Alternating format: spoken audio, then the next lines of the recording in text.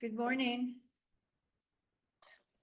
Sorry for the delay. We were talking, well, I was being asked about the fire in my community. That's not before us today. So good morning and welcome, my board members, our board staff, all of the audience here in the room. Lovely to see faces. And we have people who are attending online. So Mr. Chavez? Mr. Spalding, don't bother my staff. Everyone who wishes to be logged on has been accepted, is that correct? Including a board member. Make sure you highlight that. Okay. So first order of business is to call the meeting of the Central Valley Flood Protection Board of July 26, 2024 to order. And to determine our quorum, I will ask our board clerk, Jonah Knapp, to call the roll. Member Andrews. See online, we could Hang on for a sec. unmute. Either raise your hand or indicate that you're here. Betty? We see your name. Present. Present. Member Bosler, Here. member Griego is absent. Secretary Johnson, Here, good morning, everyone. Vice President Valines, Here. President Dolan. I'm here. This confirms we have a quorum. 5 members are present here in the meeting room. 1 member present or online participation, and 1 member is absent. For today's business, we're going to start with announcements, and I believe there are some. So I'm going to call on our executive officer, Mr. Leaf, for announcements. Thank you, Madam President. First, I'll start with a couple of organizational notes. As you all know, a couple of months ago, Andrea Buckley was chosen to be the Deputy Executive Officer. She's leading the newly formed Natural Resource Management and Planning Division. So we came up with a name for her division. Say that twice. Natural Resource Management and Planning Division. Which includes 2 branches, the Environmental and Land Management Branch and the Flood Planning and Programs Branch. Also, the Deferred Encroachment Compliance section led by Zubair Dossou is now in the Flood System Improvement Branch, which is led by Greg Harvey. Like the Sacramento Levee section in the Flood System Improvement Branch, the Deferred Encroachment Compliance section will handle a mix of inspection, enforcement, and permitting activities. Having the Deferred Encroachment Compliance section within the Flood System Improvement Branch also balances the workload within the Engineering Division between the Operations Branch and the Flood System Improvement Branch. Well, we see Andrea Buckley. That's, I'm going to take you to figure out that name. And you have to say it, because I don't see how it can be an acronym. And Mr. No. Zubair, he's not here? He will be here. He's at work? He will be here. Okay. Next, I have a couple of staff departures to announce. So earlier this month, Wendy Wang transitioned from the board to return to her roots at DWR. Wendy joined the Plan Formulation and Communication section at DWR's Division of Flood Management and is supporting development of the Central Valley Flood Protection Plan 2027 update. Wendy was with the board for nearly 3 years and was valued for her strong facilitation, writing, editing, and technical analysis skills. She led the Yolo Bypass Cache Slough partnerships, hydrologic and hydraulic and agriculture work groups, and supported numerous other Yolo Bypass Cache Slough efforts, including preparation of the master plan and an executive briefing for the partnership. We wish her the best in her new role and look forward to working with her on the 2027 update. Well, I don't see that she's here, so she's already left us. I'm really sorry to hear that. DWR has now has a very vibrant, intelligent staff person. I don't know why these folks have to leave this amazing organization, but they have. Happy to have had you and certainly wish you well. Also, Ruth Darling, the manager of the board's flood planning and programs branch, will be leaving the board at the end of the month and will be going to Larson Wurtzel and Associates. During her 8 years at the board, Ruth supported many operational and planning functions, from environmental support of the regulatory process to expansion and leadership of the first ever flood planning and programs branch. Ruth has led her team on multiple successful updates to the flood protection plan, including the board's conservation strategy advisory committee work group. Her expertise and coordination skills were most recently evident on the implementation of the Yolo Bypass Cache Loop partnership and development of the master plan. We thank Ruth for her service and we wish her the best at LWA. Well, we certainly do wish her best. She was with us at our last meeting, but we didn't know. Or we would have put her through the stand here while we say how grateful we are for what you did. I don't think you mentioned the conservation strategy and the plan updates. Really strong working on that with the communication with everyone, including the board and all of the folks who are interested in that. So sorry to see her go. I think with Wendy, we'll continue to see her in her new role, but it might be a while. So I don't know where she is today. I think that it's her last day, maybe Monday is. So just wanted Wednesday. end of the month. Well, it seems like the end of the month to me. Please convey, maybe she'll listen to this, appreciation for all the amazing work that she did as a flood board staff, and certainly wish her well. And if we had known, we would have put you through the ringer last month. Board members.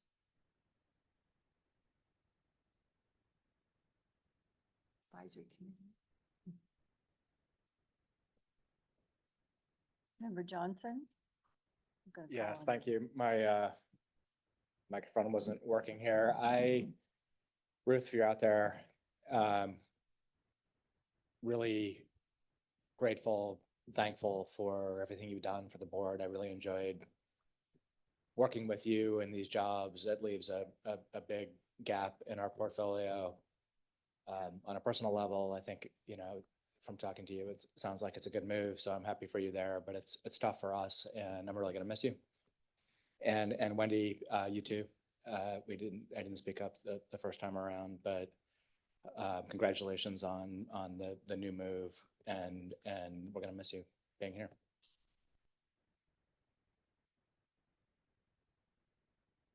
Anyone else? I see some nods, so we're all in agreement for that. I like that, a gap in our portfolio. Oh, Mr. Countryman, Board Member Countryman, I would like to say the same thing Brian put your microphone closer, please. said. I would like to say the same thing Brian said. I don't want to just repeat it over and over again, but I think we say I associate with my colleague. greatly missed. Yeah. Well, then your job, Mr. Leaf, is to find competent and equal replacements. They're gone. Okay, do you have more? Nope, that's it. Okay, that's the end of the announcements. Do we have any introductions to make? No introductions We this don't month. have any new staff yet, huh? Okay. All right, thank you. Any board members have announcements? We'll wish happy birthday to Mary Jane Griego. All right, let me briefly review the agenda, and this is brief. Just going to go through it in case staff or someone has a change to make, because I do announce each item as it comes up. This is just a brief review. The first step is approval of minutes of May 17th. Then we have what's the consent item. There are 3 consent items and all 3 are permits. Item 6, that's item 5. Item 6 is identified as public comments. I think we have a lot of folks that understand that they are certainly welcome to make comments. We do not engage. They need to be on a subject matter that is within the board's jurisdiction, and it's not on today's agenda. Item number 7, we will receive a written submittal of legislative actions by our executive officer, who may or may not choose to highlight any one of them. Item 8 consists of 2 items. The U.S. Army Corps of Engineers will be presenting information on levee inspections, and staff will assist with that. Item 9 is identified as board items, and there are 3. One is to be voted upon, and 2 are informational. Item 10 is set aside for DWR. We have received a submittal of a written report of activities for the prior month, and we generally just accept that, but we can ask comments. And then there also will be time when I will ask Chris Williams to speak to something that has saddened the DWR family. Item 11 lists the activities and reports submitted by our board, staff, branches, and divisions. Item 12, I'm going to say ta-da, is for board member comments. And first up will be a matter of interest brought forward by board member Countryman. And then the rest of us can say anything that we wish. Item 13, pretty fast. It just speaks to upcoming meeting dates and locations. Item 14 is a closed session. This will be the first time this year I've said that there will be a closed session. And at the time that comes, after all of our businesses occurred, we will have a recess. Either we stay and everyone in the room leaves, or you all stay and we go somewhere else, and we come back at the end of closed session and make an announcement. We don't expect there's any decisional announcement, and then we adjourn. So it's always a challenge to predict the flow of a meeting and how long it will take. But those of you who are regular watchers or attenders know that there are times that I do call a break, but I'm certain that we will not be here long enough to have a lunch break. She said with certainty. So let's move forward. Any questions or changes in the agenda? Mr. Wright, Mr. Leaf? No one? Okay. We are on item 4, approving the minutes of May 17th. Secretary Johnson, thank you for your patience on this. Thank you, President Dolan. This is for approval of the May 17th minutes. I've reviewed them and believe they are in order, except that I noticed a typo this morning in the date. The correct date is printed at the top of the page and in the footers, but the first sentence below the notes says April 26th. And so I move that the minutes be approved with an edit to that line to strike April 26th and insert May 17th. Oh, my goodness. After our conversations and scrutiny on this. I don't know how many times I looked at this before I noticed I that. missed the but third sentence. Yeah, there it is. Okay. So the motion is to approve the minutes, noting the correction of the typo for the date of the minutes. Is there a second to the motion? Seconded by member Countryman. Anyone want to talk about these minutes anymore? Certainly not me. Please call the roll, Mr. Knapp. Member Andrews, Abstain. member Bosler, Aye. member Griego is absent, member Countryman, Aye. Secretary Johnson, Aye. Vice President Valines, President Dolan. Yes. The minutes are approved. The motion is 6 in favor, 1 abstent,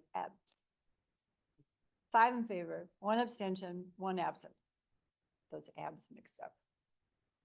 All right, so we're on to consent items. There are 3, and I will announce those and see if there's any comments or anyone who wishes to withdraw. 5A is to approve a permit for the Lucky Shot LLC Clubhouse. The location is Butte County. 5B is to approve a permit for the City of Stockton Public Works Department authorizing an existing bridge and other factors. It is San Joaquin County. Item 5C is to approve a permit for the City of Roseville to establish a reclaimed water mains repair and relocation project, and it is in Placer County. So those are the three. Mr. Wright, are they in order?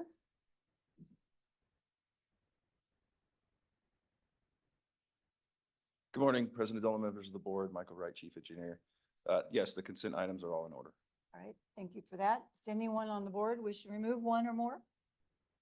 Anyone in the audience wish to remove one or more? Any hands up? No. Okay. Is there a motion to approve the consent items as presented? I'll move it. Member Bosler, is there a second? I'll second. Second by Member Countryman. I've heard more than that, but I called upon him. Okay, please call the roll. Member Andrews, Aye.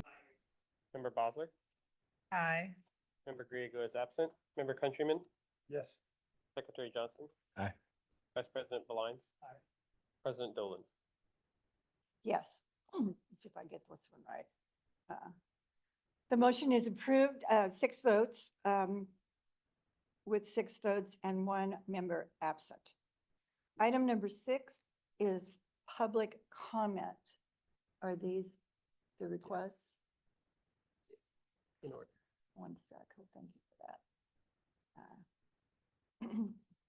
I'm going to call those who submitted a speaker card, and then we'll see if there's anyone else. So first up is Mr. Moncrief, Central Valley, California Central Valley Flood Control Association. Is that CCVFCA? Good morning, sir. Good morning, President Dolan, members of the board. Mike Moncrief, MBK Engineers, here on behalf of the Central Valley Flood Control Association. Just wanted to provide brief comments about some concerns that we see for our member agencies related to processing and timing and costs associated with development of projects in order to meet our OMRR responsibilities, address state plan of flood control issues, and going through that 408 processes.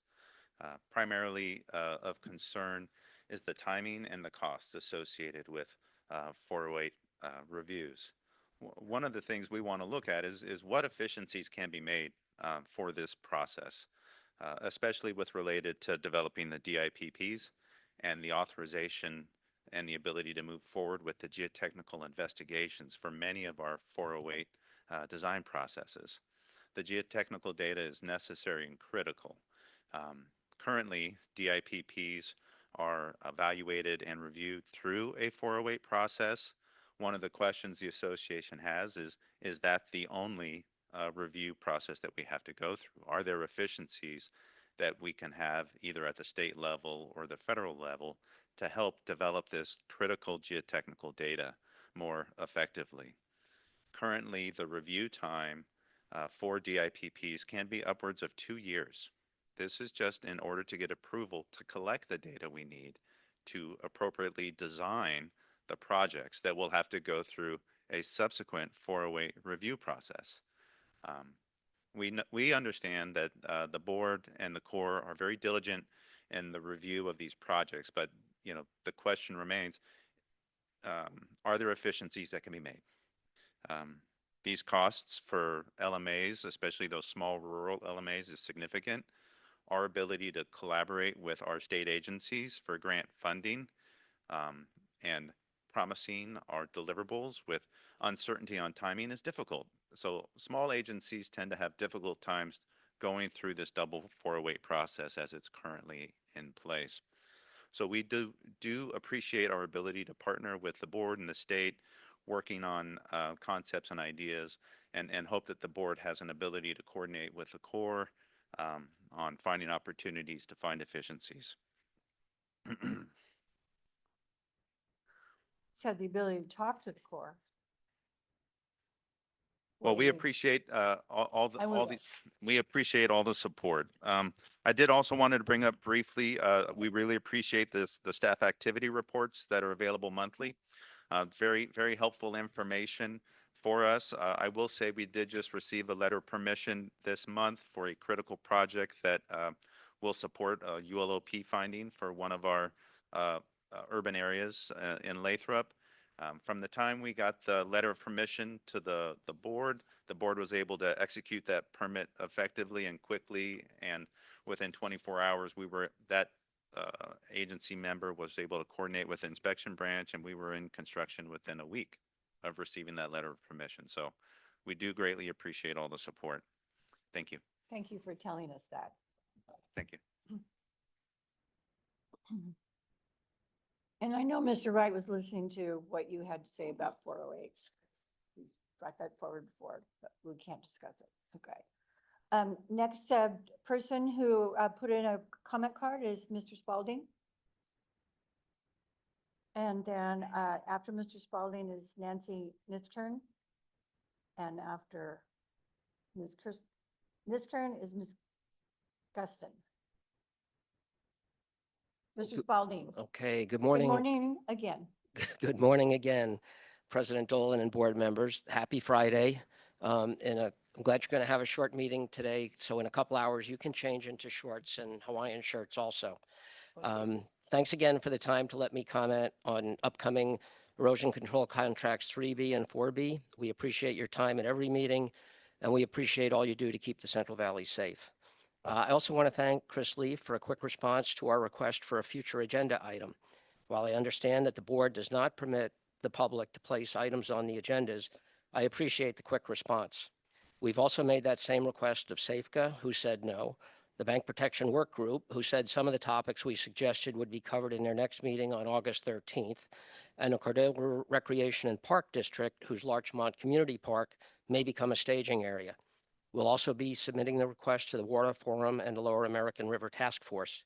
So we're not just coming to speak to you, we're kind of picking on the other organizations as well, but we like coming here the best. I do want to give you a brief update. For months, we've been saying that there were over 900 comment letters that were submitted to the Corps and Department of Water Resources by the February 23rd comment period deadline. Well, we were off. We were way off. There were actually more than 1,900 comment letters and emails submitted. That's right, 1,900. And while there were 2 virtual public engagements on January 10th and 16th between the release of the draft SEIR, SEIS, and the end of the comment period on February 23rd, and 2 virtual scoping meetings for the project on November 2nd and November 30th, 2022, a recent Corps waterfront project in San Francisco had over 100 public engagements. So 4 engagements for a project in Sacramento and over 100 for San Francisco. We will be bringing that issue up to the Corps. Once again, I want to urge you to invite those with concerns about the contracts and the modeling to come to your workshop before you vote to approve the environmental statements. Please invite Sacramento Regional Parks, National Fisheries and Marine Services, the professors from Stony Brook University who developed 3D dynamic models for the American River, the researchers on the Bushy Lake project and experts on the Western pond turtle, other engineers and hydrologists who submitted comments. Like I said, last month I said you have over 900 comment letters to draw from. Well, you actually have over 1,900 to draw from. Please invite some of those commenters to describe their concerns before you take any formal action. Have a dialogue, not a lecture. Ask probing questions and demand detailed answers. As I have said from the beginning, we're not against erosion control and flood protection. This is not an emergency situation. Let's all work together to get a win-win-win outcome. Erosion control plus flood protection plus a wild and scenic American River. Thank you. Thank you. Submitted, as all your comments have been. Ms. Niskern. Did I say that correctly? The K is You've silent? been doing dynamite work there. Oh, Yes, thank you. thank you. Good morning, and thank you for the work you do. I am currently reviewing the best practices for vegetation management on levees. It's a compendium to the National Levee Safety Guidelines that are now out for the public review and written by USACE and FEMA. The report states, because of the uncertainty about how trees and shrubs will interact with the levee, the USACE guidelines have required that levees be free of trees and woody. Happens every time. Sorry. and that the levees be free of trees and woody vegetation, plus a 15-foot minimum on each side outward from the toe. Now it appears they suggest further study of the natural growth that's needed in such projects. This document stresses two things. Number one, effective engagement of the community via wide and meaningful outreach. To gather community input is of great importance to the success of the project. Two, specialized experts are crucial to developing the project. Versed in sediment transport, fluvial geomorphology, fish biology, botany, forestry, ecology, and soil science should be on the team to assist in the planning and design. The report also states, to be successful, the strategy should be clearly defined and they must consider environmental, social, and cultural values. Improving habitat for wildlife, shade to reduce water temperatures, shade for recreational opportunities, more natural green space, improving water quality, and planting to meet engineering objectives such as erosion control. Our community has not been invited to public meetings to learn about these plans or have input to this project.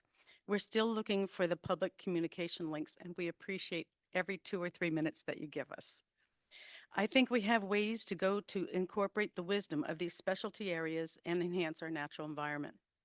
I want to thank you for the work you do. At the coordinating committee meeting with Central Valley Flood Control Board this last Tuesday, I was struck at the earnest presentation of information on water flows and other considerations of engineers. Also, there were healthy questions from other attendees. This concerned group of engineers, analysts, and managers with expertise in their chosen area of work is heartening to witness.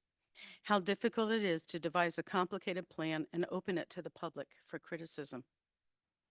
However, I ask all of you to include strategy that promotes considerations enhancing our natural environment whenever possible. The approach I'm talking about here and within these reports that I've read has value because it often leads to a more thorough and successful plan. Please don't overlook that we appreciate the work you do and the conscientious effort of all of you. Thank you very much. Thank you. Noted, and we keep those. Ms. Guston. I don't know why I want to say Gusting. Lots of people do. I don't know. Good morning. Good morning. Thank you very much for listening to me concerning the American River Common Features Project. I wish to thank Mr. Chris Lee for answering Pete Spalding's email.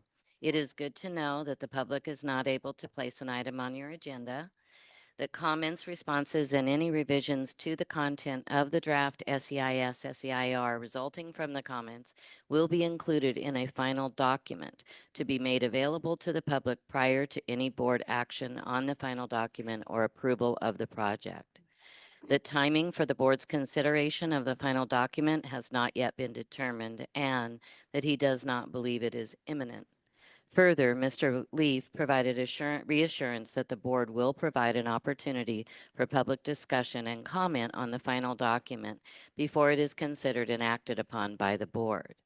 However, Colonel James Hondura stated that USACE's response to the comments submitted during the SEIS-SEIR public comment period will be made available upon approval of the final SEIS, and that after the final SEIS and record of decision, that the Sacramento District intends to hold another public engagement. This is confusing. Mr. Lee, how can a response to questions be answered upon approval of a final document? Mr. Leaf's assurance is that public discussion and comment will occur before it is considered and acted upon by the board. Will this occur during a workshop and public hearing once the final document has been prepared and before consideration and action by the board? Please clarify. I have also asked that the Bank Protection Working Group meet more often. Thankfully, the next meeting is scheduled online for Thursday, October 13th, 9 to noon. I would like to formally invite each one of you to attend. It has been promised that several questions from the public will be answered at this meeting. Many of us, including members of the Bank Protection Working Group and Technical and Resource Advisory Committee, would like to have this meeting held in person and have asked for this, as was done prior to the pandemic. If there is any way for you as the non-federal agency to help this occur, it will be greatly appreciated. Lastly, preliminary 100% designs for tree removal are attached to this public comment. While tree removal is addressed, further clarification identifying which trees are planned for removal due to erosion control and which are planned for removal for construction is needed. With more careful planning and utilization of less invasive equipment and processes, it is possible to control erosion and reduce the removal of vegetation. This expenditure seems like a wise investment since the American River draws over $350 million of revenue annually. Preservation of the habitat and recreation along our wild and scenic American River beneficially supports our environment, the health and wellness of our climate, wildlife, and citizens, both physically and financially, and can protect everyone from future flood events. Thank you very much for all you're doing to help this. Thank you. Your comments and questions are noted. As you know, we cannot engage. I understand there are two audience members who've raised hands, so let me call on your name in this order. Jim Bermudez, Mr. Menendez. You can unmute yourself and provide your comment. Can you hear me? Yes, sir. All right, it's Jim Bermudez. I'm the Development Services Director for the City of Suisun City. That's in Solano County. The reason why I wanted to chime in today was just to bring to your attention, and I'd like to say that I coordinated with the governor on yesterday's executive order regarding unhoused encampments, but I did not. I plan to speak today regardless of yesterday's news.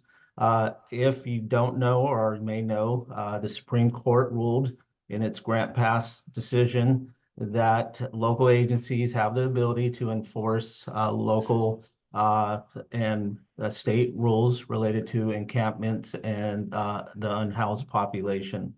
So the reason for me commenting today is bringing to your attention that there is a facility within Suisun City that the city has been challenged with the unhoused population and encampments. And over the last couple of years, we've been trying to establish dialogue with staff at the Flood Protection Board.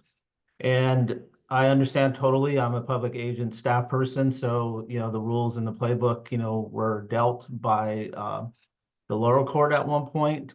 But now that we actually have a Supreme Court decision and can move forward with enforcement, the city of Suisun City would like to engage staff or be pointed in the direction who the appropriate staff person would be. I have reached out to Ms. Buckley, and she commented with more detail needed, and I provided that a couple of weeks ago and have yet to hear back.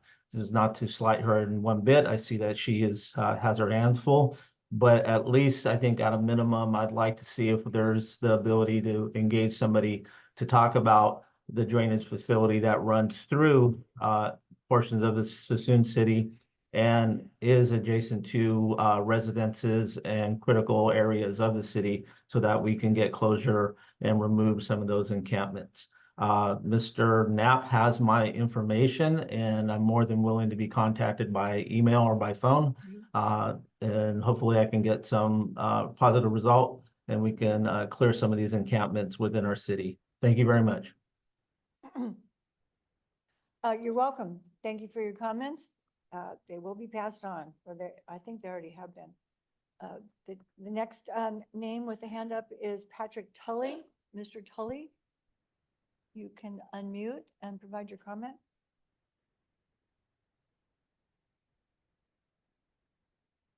Okay, can you hear me? Yes, sir. Okay. Great. Good morning, President Dolan and board members. I am Patrick Tully, President of the Garden Highway Community Association. We represent approximately 200 homes along the Garden Highway in Sacramento and Sutter counties, both on the land side and on the water side, meaning inside the levee, private property that essentially can flood. I'd like to speak briefly, and I've also submitted written statement. I'd like to speak briefly on the 8 enforcement actions taken by CVFP PV against our members and neighbors living on Garden Highway. We realize based on the Army Corps SWIFT, we expect more enforcement actions each year. The issue is primarily visibility for inspections, and in particular, visibility on raised / filled lots, houses that sit on fill where the toe of the levee is not visible. We are concerned about the notices for a few reasons, and we have submitted public written comment for your review. And I'll just go over them briefly. First, the notices ignore the new Natoma setback levee and the ongoing improvements like the widening of the Sacramento Weir and the significant impact that they have made. The whole system has been improved greatly over the last couple of years. And we think that has a huge bearing in this. In fact, some of the notices, the photos are old. They don't even show the new levee. Second, visibility does exist and is offered by walking as done in the past. RD 1000 did this. Inspections are supposed to be on foot and detailed, not by truck. Lastly, the notices lack an appeal process as required by state law. And this is something that we've asked for many times. So we wanted the board to know that we have met with both RD 1000, your staff, and spoken with the Army Corps of Engineers. And unfortunately, everyone kind of ends up pointing at each other, not necessarily intentionally. It's just how, you know, the topics end up. So what we'd ask the board for is we're asking for a meeting with CVFPB and the Army Corps of Engineers so we can work collaboratively for a solution. And thank you for your time. You're welcome. Thank you for keeping that brief. We did receive a lengthy message from you. Are there any other hands up? Is there anyone online who wants to put their hand up? Anyone in the room want to put their hand up? Okay, then we will move on. Item number 7 is legislative update. Mr. Leaf, do you want to say anything? No, thank you. You want to say thank you for all the compliments you got? All right. Thank you for your work you do. Okay, board members want to say anything or ask a question on the legislative update? I just want to, I appreciate how you put that together. Next time you can explain the Chevron decision. No board members, audience? Online? Okay, we'll move on. Item number 8 is under the heading of the United States Army Corps of Engineers. It's presentation. There you are. We were highlighting you earlier, Mr. Zubair. We have some levy inspections and Zubair Dosu of board staff. I think your assignment changed, so I'm not going to say what it is, but good morning. Good morning. Good morning, President Dolan, Vice President Valiance, members of the board. My name is Zubair Dosu, manager of the board's deferred encroachment compliance section. And today we have a very eventful day for levy inspections. We have not only one, but 2 inspection briefings to cover. First, I will introduce Emily Green from the senior engineer of the Corps inspection section, who will give a presentation on the Reclamation District 349 Sutter Island levee system inspection results. After her presentation, I will give board staff's analysis and assist in answering any questions you may have. Also in attendance, we do have Wendy Buckley. She is the trustee of RD 349, as well as Mike Moncrief, district engineer for the levee system, and they are more than welcome to provide comments and answer questions as well. Now, please welcome Emily. Thank you. Ms. Green?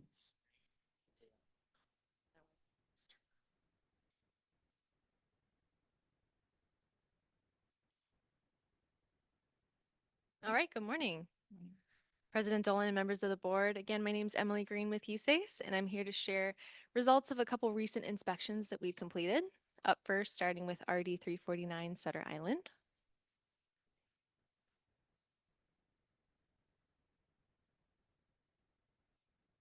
Okay, so I'll start with some brief information on the system. So Sutter Island is part of the Sacramento River Flood Control Project. It's located 10 miles northeast of Rio Vista in Sacramento County. The system is made up of 3 segments and it's approximately 12 miles long in total. Sutter Island is bordered by 3 channels: Sutter Slough to the west, Sacramento River, and Steamboat Slough to the east. The levees of Sutter Island reduce flood risk to agricultural lands.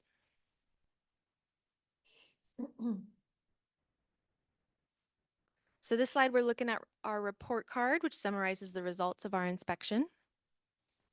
6 levee embankment categories were rated unacceptable, which we define as expected to have a negative impact on project performance. The categories that received unacceptable rating include encroachments, slope stability, erosion bank caving, animal control, vegetation growth, and depression/rutting.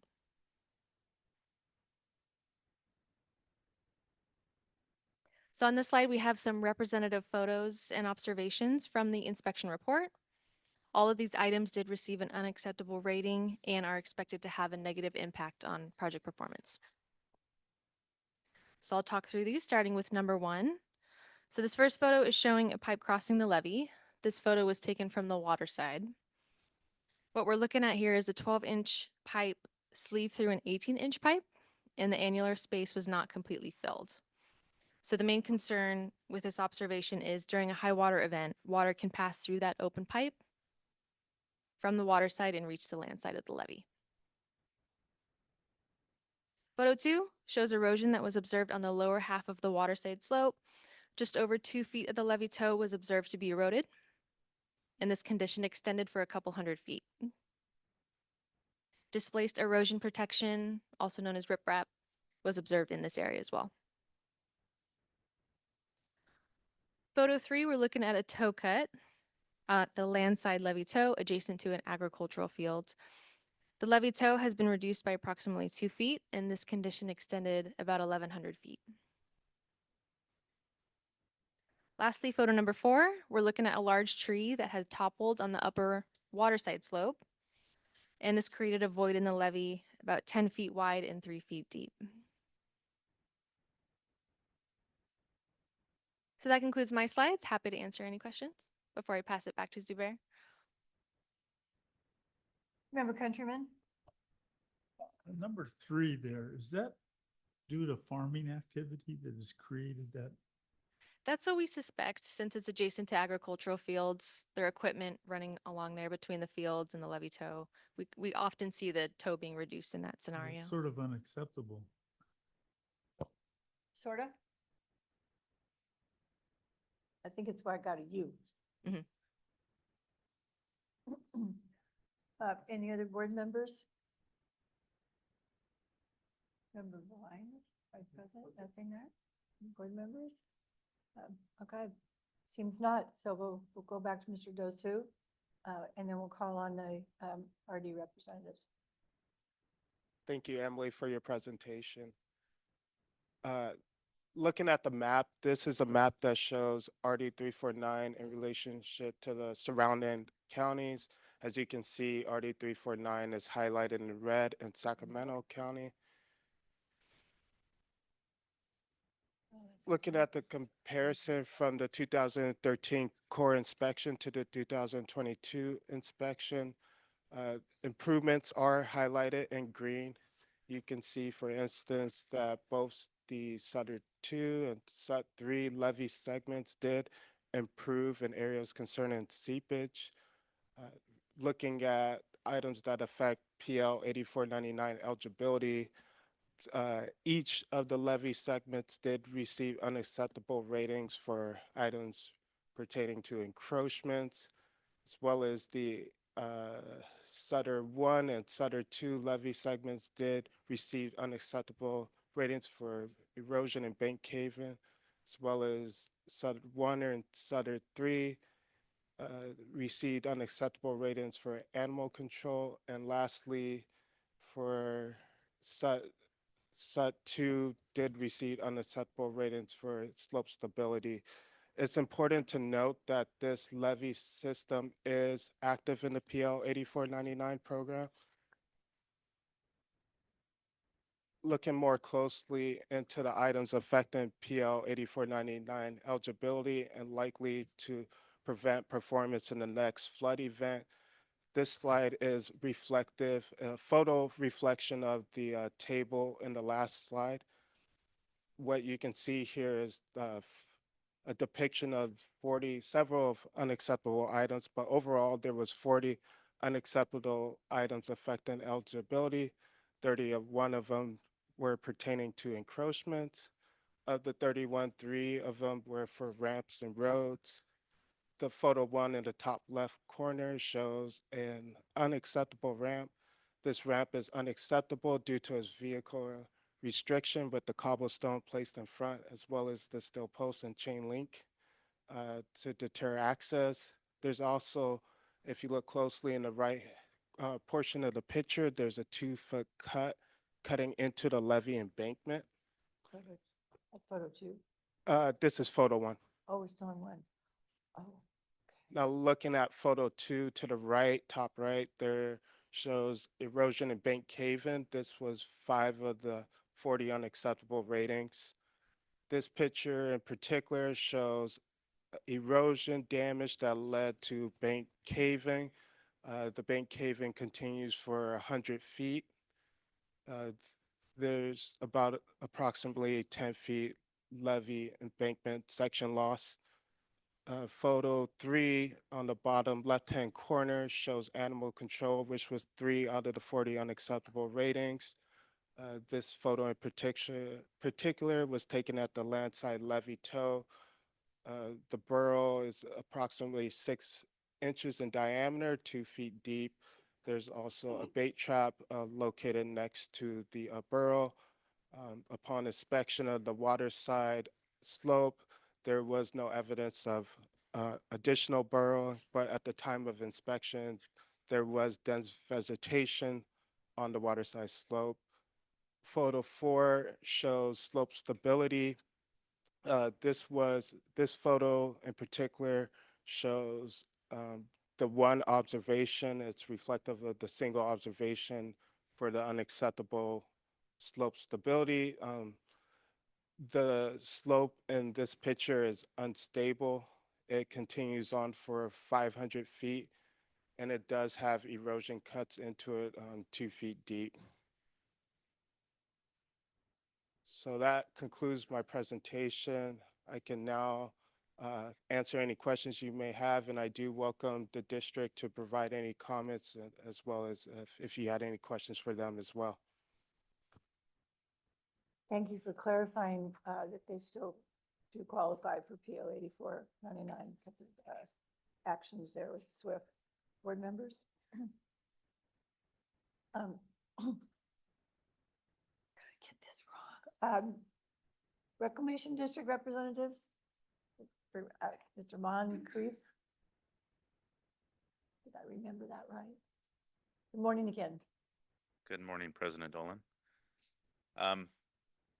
This is Reclamation District. Would you state your name? So we I'm get sorry, record? Michael Moncrief, MBK Engineers, Thank you. District Engineer for RD 349. We also have a trustee here this morning as well with us.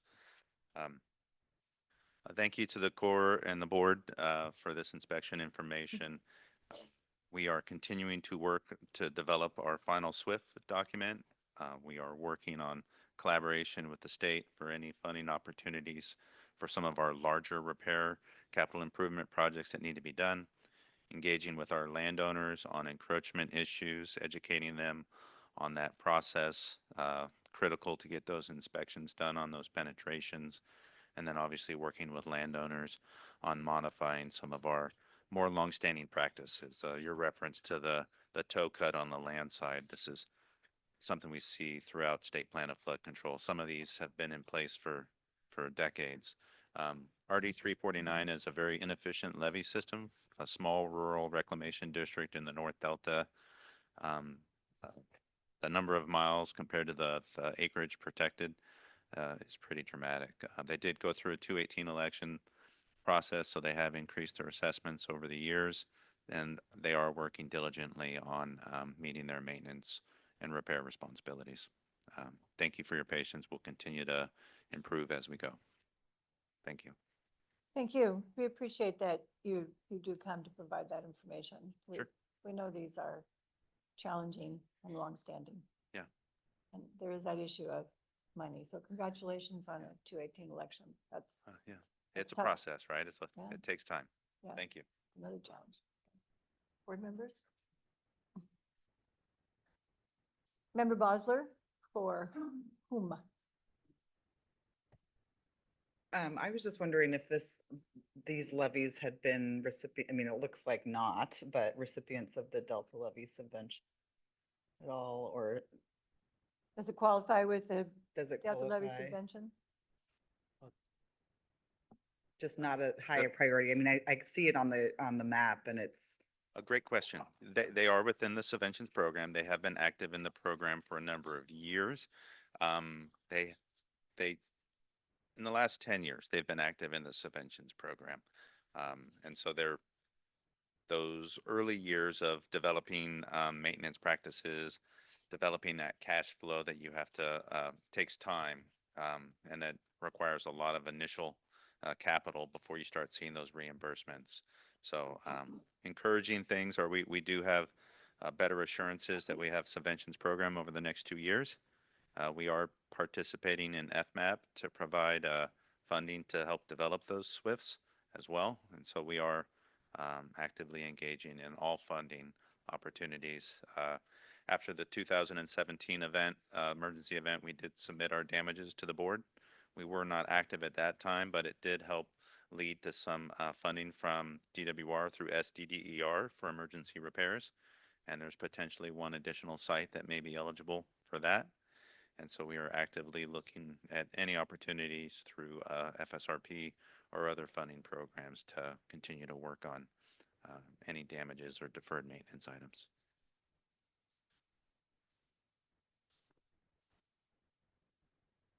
Good question. Good to have the answer too. Thank you. And board members? Mr. Dosu, do you have concluding remarks for this? Or I'd say you put the next one up, but No additional remarks unless Okay. there's any questions. I don't see any hands up in the audience and I don't see any online, so we'll. Member I just Bosler. had one more thing. Oh. I'm just curious, because I'm like Sorry. looking at the Delta. Sutter Island is mainly in pear trees still, or is it grazing land? What's the? Primarily permanent crops. There are some flood irrigated lands still, but primarily permanent crops, orchards, and there are some open fields that are still flood irrigated.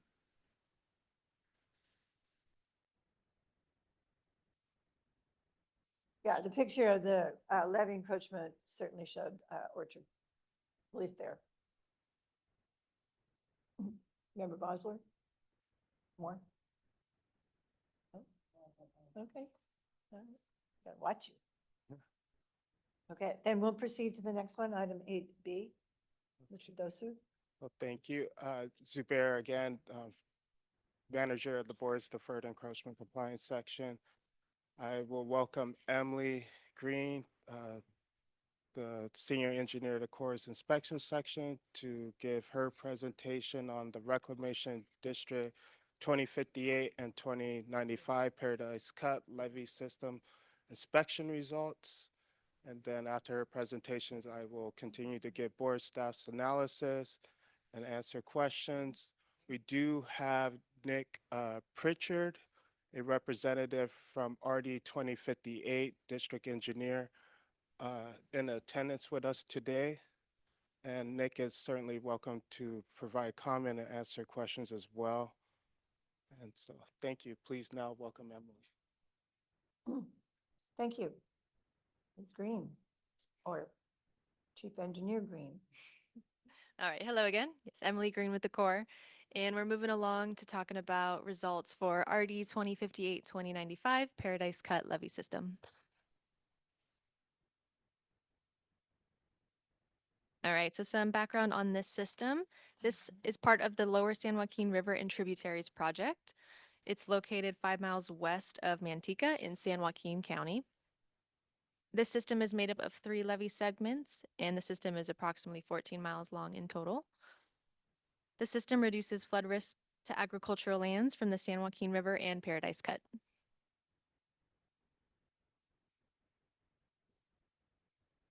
So here's another screenshot of the report card summarizing inspection results.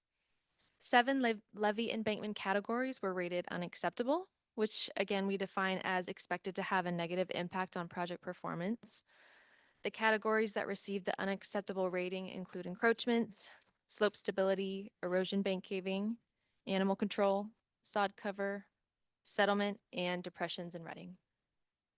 Based on the results of this inspection, the system will remain inactive in the PL 8499 rehab program.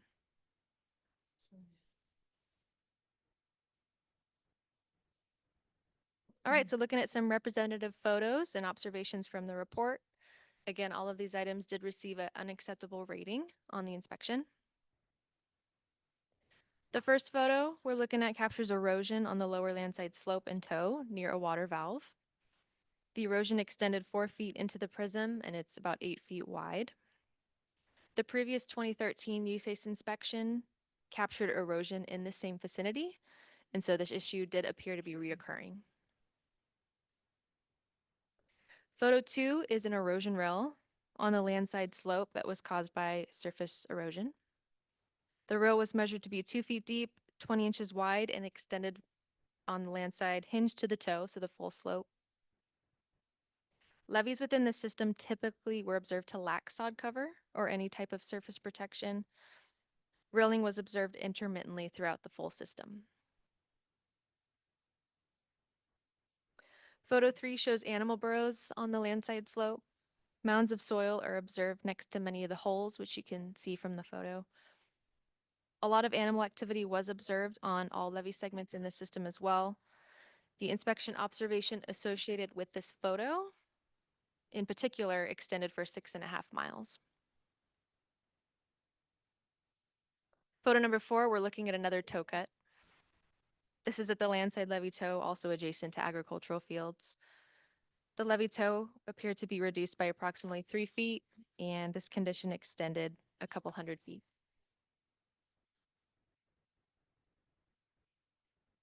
That concludes my slides. Happy to answer any questions.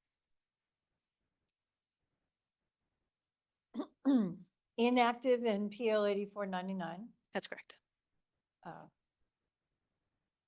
And this levy protects urban? Agricultural, primarily. Agriculture?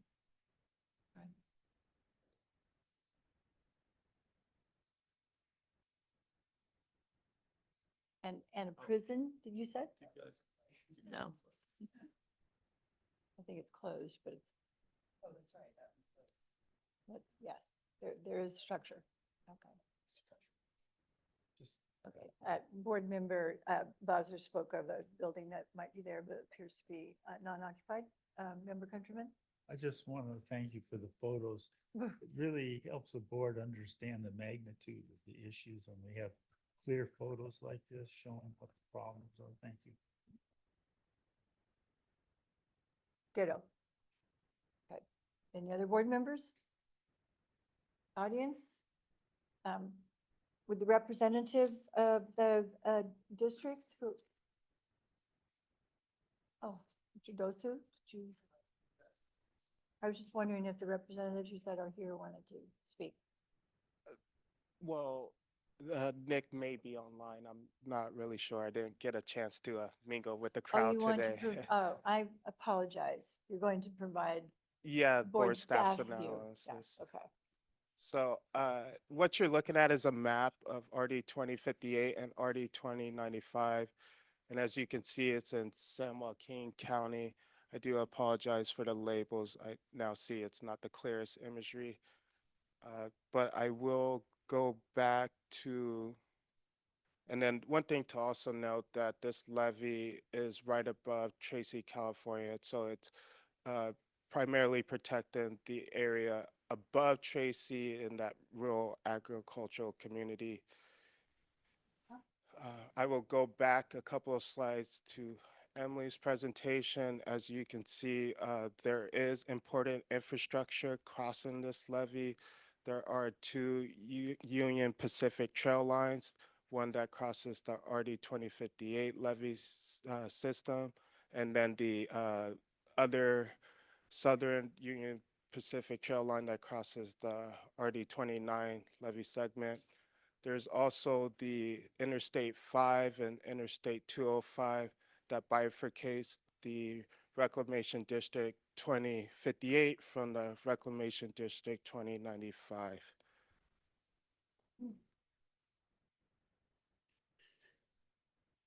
Looking at the comparison from the 2013 core inspection to the 2023 inspection, the areas improved are shown and highlighted in green. Each levee segment did improve in emergency supply and equipment. There was also improvement for the RD 2058 segment and flood preparedness and training. Looking at the items affecting eligibility, each of the levee segments did receive unacceptable ratings in items pertaining to encroachments as well as animal control, erosion, and bank cave-in. There was for the RD 2058 and the RD 2095 Unit 1 levee segments unacceptable ratings for slope stability. And as previously mentioned, this levee system is inactive in the PL 8499 program. Taking a closer look at some of the items affecting eligibility and also determined to have a negative impact on performance. There is item number 1 in the top left-hand corner, which is reflective of encroachments. There was 30 out of the 70 unacceptable items, total unacceptable items for this levee system affecting eligibility was, the total number was 70. But in particular, there was 30 relating to encroachments. One of those were for a transmission tower that's located at the toe of the levee. The overhead lines crossing the levee are about 70 feet above the levee. This transmission tower in particular was deemed unacceptable because it does not have a permit for it. Looking at the bottom left-hand corner is photo number 2, which shows animal control. There were 23 unacceptable ratings out of the total 70 unacceptable items. And this burrow in particular is 18 inches in diameter and 2 feet deep. It was located on the waterside toe of the levee. It was actually partially filled as well, so I believe there was some work by the district to fill the hole, but it's incomplete. Photo number 3 shows erosion and bank cave-in, which were 12 out of 40 unacceptable ratings. This photo in particular shows a 40-inch drain pipe that had erosion and bank caving underneath the pipe, probably due to erosion. As you can see, the head wall is somewhat failing in that area and the slope is unstable. Yes, this is actually a state-owned facility, state corrections facility drain pipe.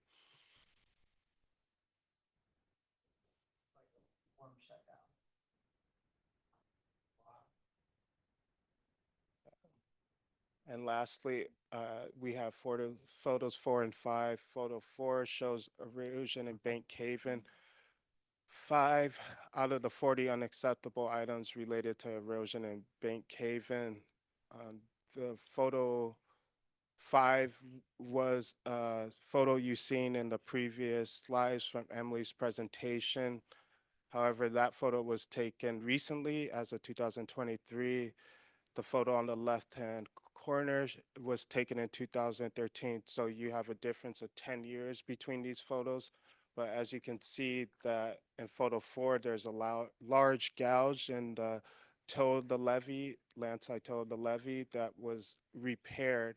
However, this area is experienced significant erosion damage and continues to fail, as you can see from the longitudinal crack on the levee slope in photo 5. So that now concludes my presentations, and I welcome any questions they may be.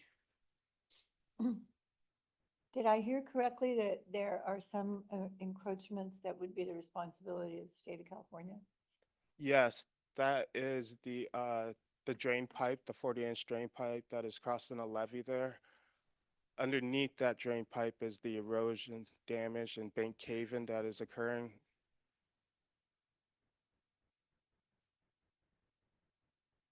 It would not, There was we're a- part of the state of California as well as an agency, but it's not our. Right, agency that it's did it. it's not the flood board's facility nor DWR's. No, we're the ones that point things out and try to get things corrected. Okay. Board members on the staff response? Member Countryman? This is a little off topic, but the Paradise Cut, in the state plan of flood control expansion, does that go through this area? This levee is part of the state plan of flood control. I'm not sure if that answers your question entirely.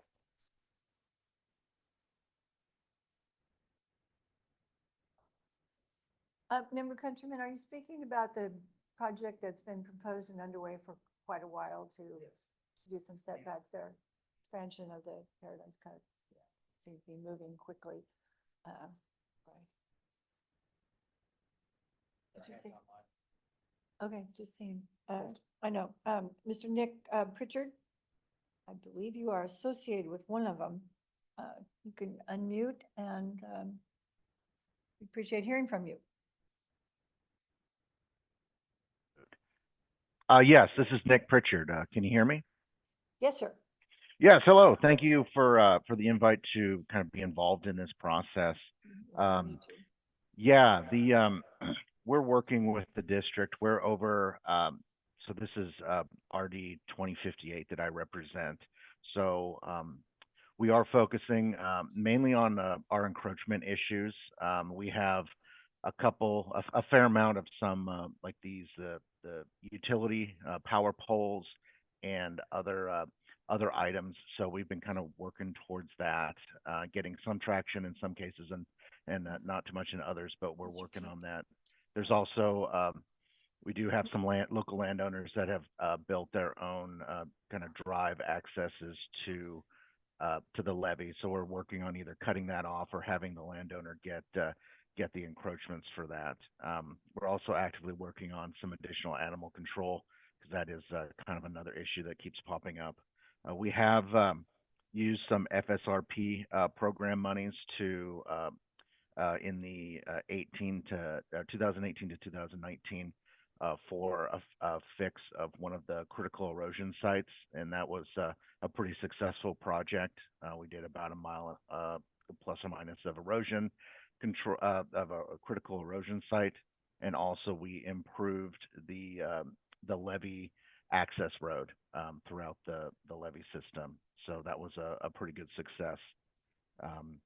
We do have the 218 assessment established, so we are using that money for some maintenance stuff, and then also another one of the issue is the levee penetration, mainly for our drain pumps. We're looking at kind of the useful lifespan of those facilities and seeing if it's worth either a major overhaul or replacement of the pipe through the levee. So we're looking into that. And so that's kind of all I have to report. So we're trying to make everything better, one year at a time.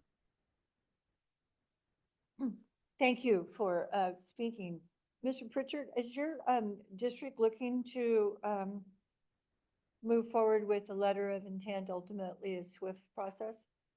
I've brought that up with the district and they are interested in it. It hasn't gotten much traction only because we've been busy with some other items in the district. But yeah, they are definitely keen on it. And both myself as the engineer and the district attorney have kind of been active with the district trustees in educating them on this program. Okay, let us know how we can help. Mr. Countryman, in a minute, do you know who's the owner of that transmission tower? That is PG&E's transmission tower. And the transmission tower actually helps to operate and power the district's drainage pipes. Okay, it doesn't look as substantial as PG&E powers in my area, I'm just wondering. Okay, well, I will start talking to PG&E, that's if you're live. Member Countryman, I'd like to ask Mr. Pritchard, how long have you been with the district? My company's we were recently acquired by Adura. So as Adura, we've been their engineers for about 2.5 years. But under our previous company, Giuliani and Cole, we've been their engineer for around 10 or so years. It just seems like, just looking at these problems there, that maybe they didn't have an engineer for quite a few years, because some of these things I don't think would have happened if they had professional assistance. That's why I'm asking. well, the engineers don't hold a vote on the board, No, but they can make the Right. board aware. absolutely. Yes, and we make the board aware, but the board, takes action as they see fit. Let us know how we can help. Any other Thank you. board members? Okay, Mr. Dosu, you want to wrap up? Yeah, just one additional comment. So we do see this often with power poles or transmission towers being in close proximity to the levee, and not all the time do they have a permit. There could be certain situations where the infrastructure predates the levee, but it's caused a great deal of confusion for a lot of these utility companies on whether a permit is necessary or not. So we are taking a closer look at these instances where we do have reports of power poles or infrastructure, power utility facilities that do not have permits, and kind of making that outreach and engagement to the proper utility companies to let them know that a permit is necessary. Thank you for reminding us that you do that, Mr. Dosu. It is very challenging to get these very large companies to respond. Yeah. Towers, telephone poles, utility poles, and then stop signs as well. Okay. Member Bosler, you look like you're ready. Well, I'm just looking at the region and I'm assuming that the state is a large landowner behind these levees. And so I guess I'm just wondering, I'm curious about Yeah, all of that. yeah. How do we get the state, in quotes, to step up and correct prognosis? I mean, besides the local agricultural Right. folks, but I mean, there's that land right on the southern part is got to be all state owned, and it's a large section of it. Yes, we'll put our hats on to try to figure out how they can be a standard bearer for these efforts that need to be done. Well, two of you have some experience in that, so maybe you'll help us out. Okay, are we ready to move on? Right.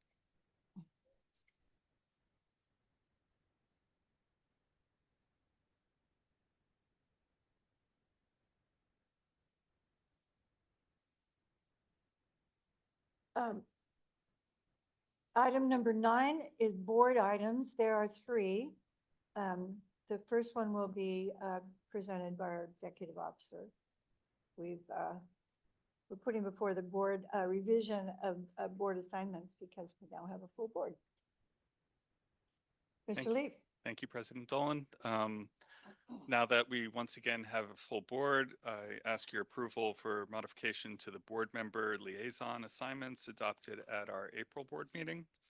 I'll highlight the changes from April. Member Andrews is assigned to, and President Dolan is removed from the advisory committee. This isn't a change, but I note that the advisory committee meetings will be publicly noticed and all board members are invited to participate. But it is the 2 board members that work with the staff of both DWR and certainly ours to get these committees meeting. Yes. Next, for the regional flood management planning areas, member Andrews is assigned to the Mid San Joaquin and Upper San Joaquin planning areas. Secretary Johnson is removed from the Mid San Joaquin and President Dolan is removed from the Upper San Joaquin. And lastly, member Andrews is assigned as the alternate board representative to the Sacramento San Joaquin Delta Conservancy. And Vice President Vines can tell you about that one. Thank you for that, and thank you to the new member for being assigned to these duties. We love having you. Now we're putting you to work. I appreciate the opportunity to do so. Thank you. Of course, I said that, but I do know that the board needs to approve it. Yes. So any comments, board members? Anybody want to shift it around? Good, you don't want to. This is board member committee assignment, so just letting staff know what's being proposed. I see no hands up anywhere, so someone want to make a motion to approve the board member assignments as presented? Who moved it? I'll move it. No, I don't do that, okay. I will move the committee assignments and Member Bosler moves the assignments, the member report. Countryman seconded the motion. That was good. It's okay, please call the roll. Member Andrews, Aye. member Bosler, Aye. member Griego is absent, member Countryman. Yes. Secretary Johnson, Aye. Vice President Valines. Aye. President Dolan. Yes. Thank you, Mr. Lee.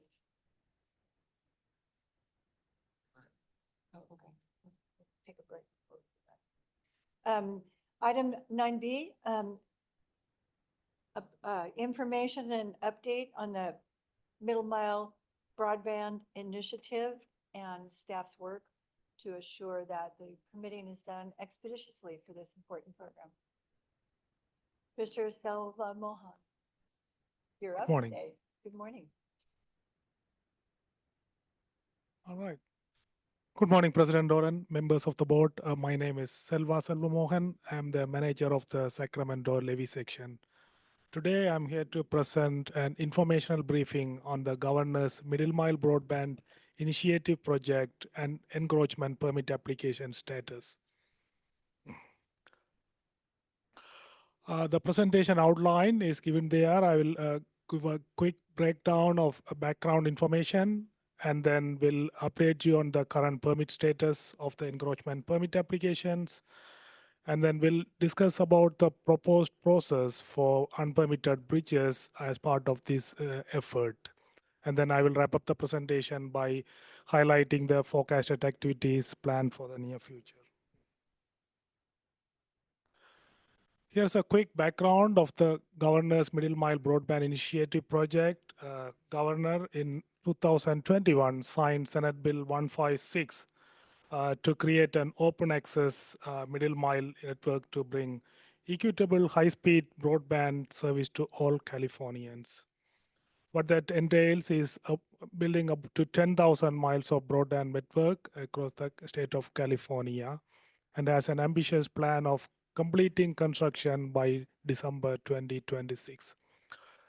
A portion of the broadband conduit will cross over areas of the adopted plan of flood control, which includes designated floodways, regulated streams, and state plan of flood control.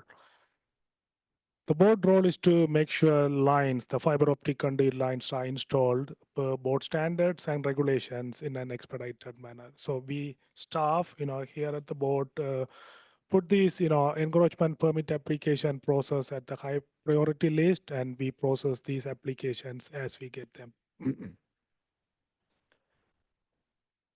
This map, shows the geographical extent of permit applications received to date. As you can see, we have received applications way north in the Reading area in Shasta County and all the way south in Bakersfield.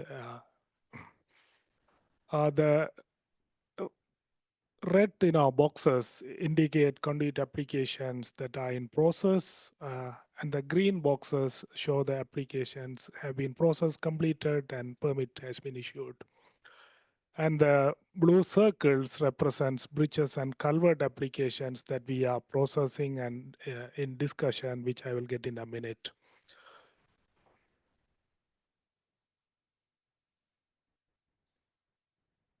This slide shows the matrix of where we are in terms of processing the applications. So far, we have received 23 fiber optic conduit applications, and of the 23, we have already issued 14 applications, and we are planning to issue 4 more applications in a couple of weeks. Besides that, we have about 7 bridges and 3 culvert applications where the conduit, the fiber optic conduit, will be traversing. And these bridges and culverts are within the adopted plan of flood control, and which will I will get in a minute, how we are going to handle those. So how we are processing this middle mile broadband conduit application is through a streamlined process and through an EO delegation process. The EO delegation is guided in Title 23, Section 5 under conduit section. So we are processing those conduit applications in a streamlined manner. Similarly, the culverts are also covered under the EO delegation. So we are also processing those culvert applications kind of in a streamlined manner. Unfortunately, the bridges are not covered under the EO delegation. So what that means is it requires board approval. So there are 7 unpermitted bridges that exist within the middle mile broadband project area. The bridges were constructed in between 1930s to 1990s, and they exist for a number of decades. The interesting point is that the bridges predate the adoption of plan of flood control in most of the cases. So there's a need to establish, permit for these bridges and culverts. And the reason is that we don't issue, the standard practice is not to issue encroachment permit for items that are rely on an unpermitted encroachment. For example, if a fiber optic conduit traverses along a bridge, if it is unpermitted, we have to, permit the bridge as well to make sure, every element of the encroachment is permitted and recorded properly. So to bring the bridges into, permit records and process, we are proposing an efficient process to delegate EO to executive officer to authorize confirming bridges associated with the middle mile broadband project. This would help advance the middle mile broadband project while establishing records for unpermitted bridges impacted by this project. So that brings up the next steps, what do we have in the pipeline for the near future. We plan to continue to process permit applications supporting the middle mile broadband project. We recommend a resolution for board adoption, delegating executive officer to authorize confirming bridges impacted by the middle mile broadband project. And once we, get the board approval of the recommended resolution, we will, process the bridge application and establish permit records. And then provide informational briefing as needed to the board on the middle mile broadband permit application process as well as the bridge applications, how we are doing that on. That concludes my presentation and happy to answer any questions you may have. Thank you for that thorough presentation. I think I've said this before, that this is an important project. That's a good thing that it's happening for rural California, and that our involvement of this is going very well. So I do like to have that presentation, that we're making every effort to make sure it's successful. So I'm not surprised there are bridges in rural areas that don't have a permit. There are a lot of bridges that were constructed under Works Project administration and during World War II that just need to be done. So Correct. It'll be good to have that in the permit database. So thank you. The PowerPoint and the maps are excellent. Thank you for that. Thank you. It's just a big deal. It's important. Board members. Mr. Countryman. Do you have a map that shows where these lines are coming from and where they're going to? We do have, individual, maps, for each and every boxes in that figure. But yeah, definitely in that. Permits are, I understand, but I'm just trying to understand what the whole program, the total program, where are they starting from? Where are they running the lines to? How the network, looks like, right? Yeah. So yeah, I don't think we have a map at this point, but we can certainly, ask, the CDT and Caltrans to provide us. Yeah. The process of executive officer, which you call EO, is not necessarily a shortcut in terms of requirements and information and having a permit, but it is in terms of timing. And it is not for big deals, it's for important items or smaller items. And they are posted on the website, and the information is available. There's a time for people to make comments before the executive officer can sign off. It just will move this forward more expeditiously. That is correct. Thank you. Okay. Mr. Vice President. Thank you. Thank you. I just want to say this is a really good slide. So I don't know if you made this map or how we got it, but it's super helpful to see what it is, where the applications are. So thank you for doing that. Thank you. Yeah, it looks pretty green now, but in my area, it's pretty black. We got a fire going on. Okay, any other questions, comments from board members? Audience? Audience? Okay, thank you. Thank you. Thank you. I'm sure that you all know at the start of this agenda, we talked about how we could rearrange items if president wants to, and I'm going to. So those of you in the room saw me stand up and talk to our Chief Deputy Andrea. So I'm going to switch, and I'm going to go to Department of Water Resources now. Just for Member Boslett. Board Member Countryman, so the middle mile broadband initiative is being managed internal to state government at the Department of Technology, because this is not a function that the state has had historically. So taking in all the federal money, some of the pandemic money, they were able to do that. And there is a map on their website. So I could. Oh, well, they can bring that forward. Of the middle mile. I'm assuming it's where it exists in urban areas. That middle mile between those who have it and those who Middle don't. Mile Broadband Initiative, cdt.ca.gov. Thank you for that. All right, I'm going to move forward to item 10, then I'll take a break.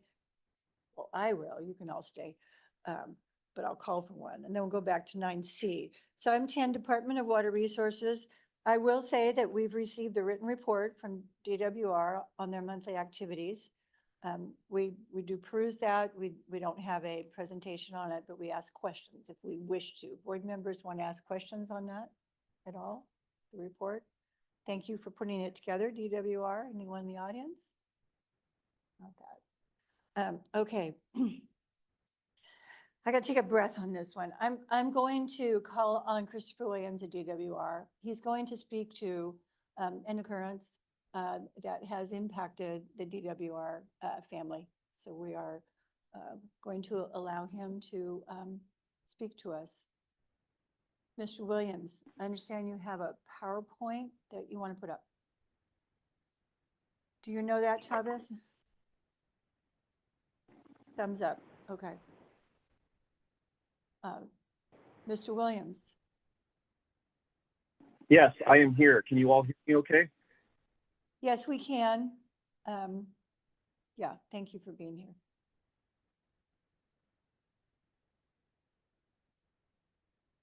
Got to be something better than the board online.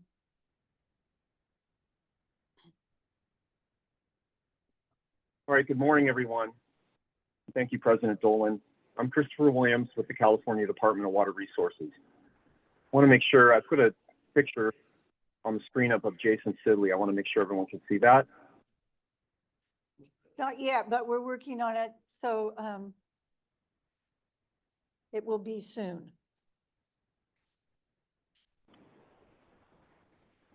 Okay. Well, I wanted to say the flood risk management community tragically lost a shining star this month, Jason Sidley. I wanted to acknowledge that his wife Brandy is with us today. I think she's on the call, and I believe other family members as well. I have the honor of describing Jason's successful career and the positive impact that he had in the course of his work. I want to share some thoughts about Jason that were assembled by some of his colleagues here that were closest to him over the years. But before I do that, I wanted to reflect on how I know Jason. I got to know Jason while we were both working on flood planning in the years after the 2012 Central Valley Flood Protection Plan was adopted. He was very approachable and eager to support the Central Valley investment strategy effort that I was working on at that time, with all of his recent flood future report experience, coordinating with so many agencies on a statewide level. Jason was friendly, he was insightful, he was super knowledgeable, and he always brought fresh perspectives and meaningful suggestions and ideas to every meeting I was in. Jason really helped me out a lot. He would always ask me about my growing family at the time, and he would tell me all about his. He frequently gave me updates on his daughters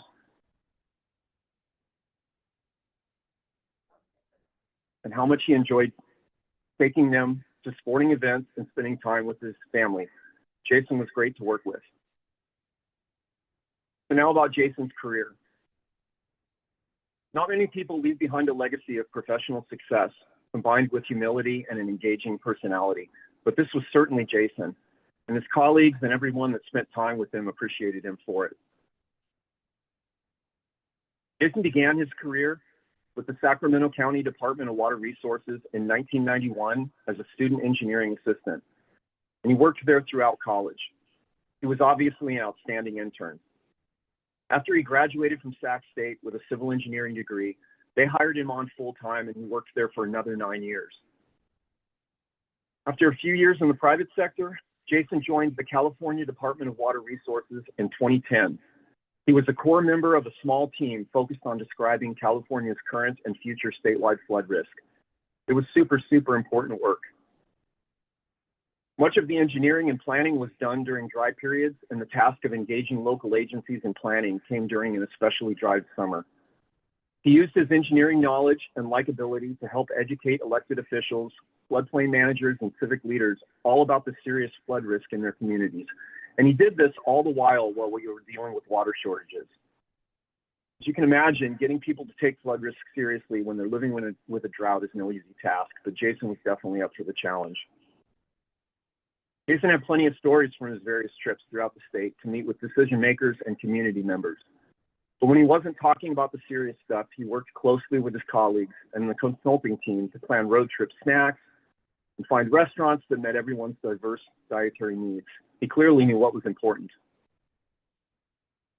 He established himself as both an expert in flood management and a point of contact for cities and counties to engage with DWR's existing flood management programs.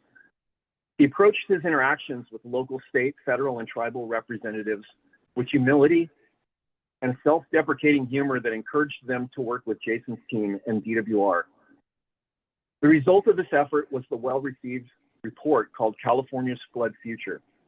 The report was instrumental in getting congressional support for increasing funding to help California communities prepare for floods of the future.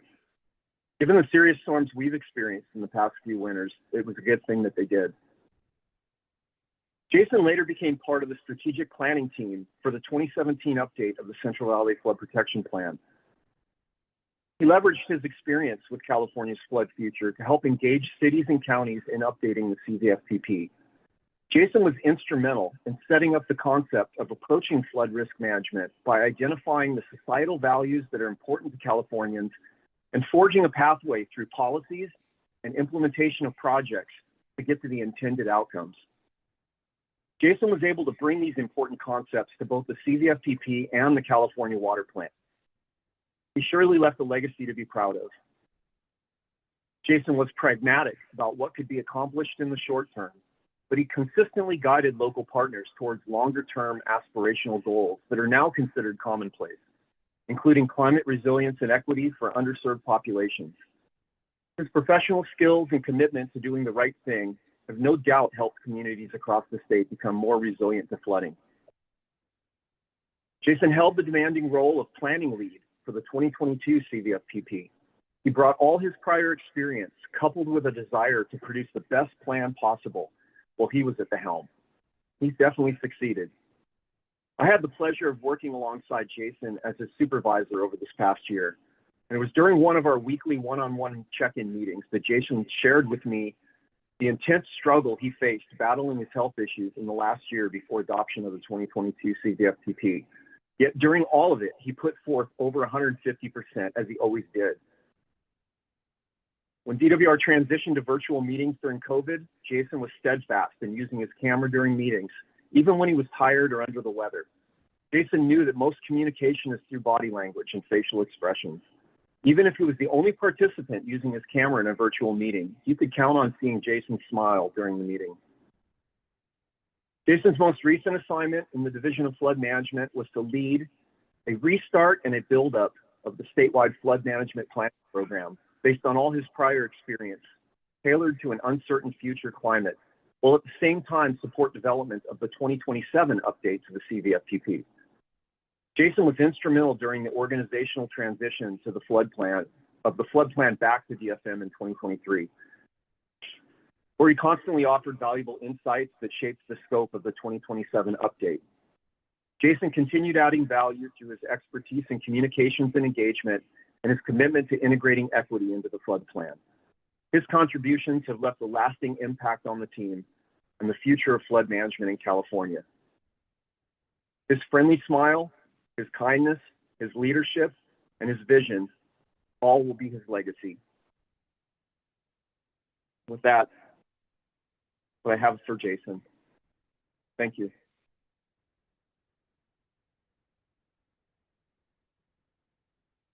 Chris Williams, thank you very much for that information on a wonderful person lost too soon.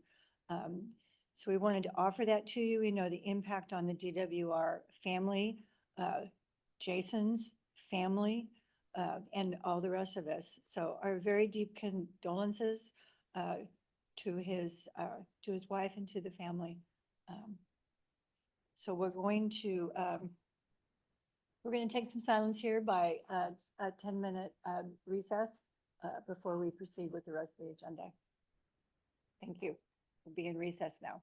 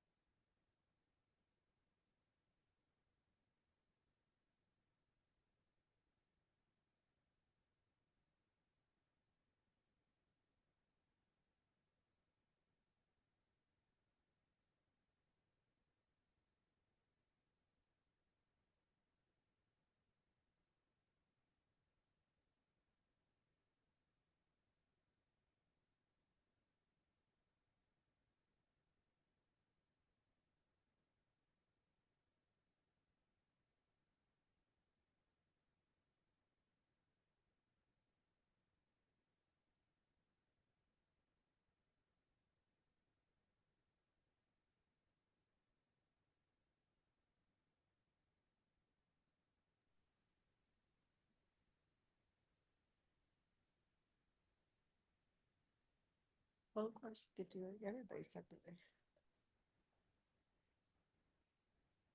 Thank you for your understanding of how long 10 minutes can be. But it wasn't like people were not talking. We all were. So the board is reconvening our meeting after that recess. So we are going to return to item 9. We're on item C, board staff activities report. And our deputy executive officer is going to provide us a presentation, environmental services section, and the land management will be at another meeting. That's correct. Thank you so So much. still morning. Good morning. Good morning, President Dolan, Vice President of Alliance, members of the board, Andrea Buckley, Deputy Executive Officer, overseeing Environmental Services section, land management for the board through the Sacramento and San Joaquin Drainage District, as well as flood planning and programs for the new combined branch that you announced this morning, natural resource management and planning. I have here today the staff of the Environmental Services section who are all here and going to present a portion of the presentation today to speak to the work the Environmental Services section has done this year and provide any updates in regards to the actions we've taken. Yeah, he's going to. So here we have Jennifer Callis, Angela Winton, Jamie Silva, and Jordan Robbins, all senior environmental scientists at the Environmental Services section. I do know you're all in the front row, but the board president requires you to stand. Look at this. I know you're going to stand there soon. So. Very pleased that we have a fully staffed environmental services branch of very professional expertise, and yes, and while we are working on the recruitment for the manager for that section to oversee environmental services and land management, I'm filling in today to introduce these folks. Who was that manager? The manager was myself, ma'am. So just a brief overview of the items we're going to discuss with you today. The environmental services section goals and actions that we've taken this year. A brief overview on our board-sponsored projects and our non-federal sponsor responsibilities. Update in our tribal affairs. We have seen an increase and we're happy to support tribal government relations. Special projects that staff undertakes as we see needs, and our operational improvements to streamline our processing and procedures as we review all the programs within the board's jurisdiction to make sure that they're compliant with California Environmental Quality Act. So with that, I will turn the presentation over to Ms. Angela Winton to begin the presentation. Thank you, Andrea. Good morning, President Dolan, Vice President Valines, members of the board. My name is Angela Nguyentan, and I'm board environmental staff. Our section has 3 main goals. One is to assist, coordinate, and review projects where the board must take a discretionary action under the California Environmental Quality Act, or CEQA. We assist the board-sponsored flood improvement branch by coordinating with the Department of Water Resources and the Army Corps of Engineers as the non-federal state sponsor and CEQA lead agency. And we have a goal to further develop relationships and partnerships with tribes in the Sacramento and San Joaquin River basins. Let's see.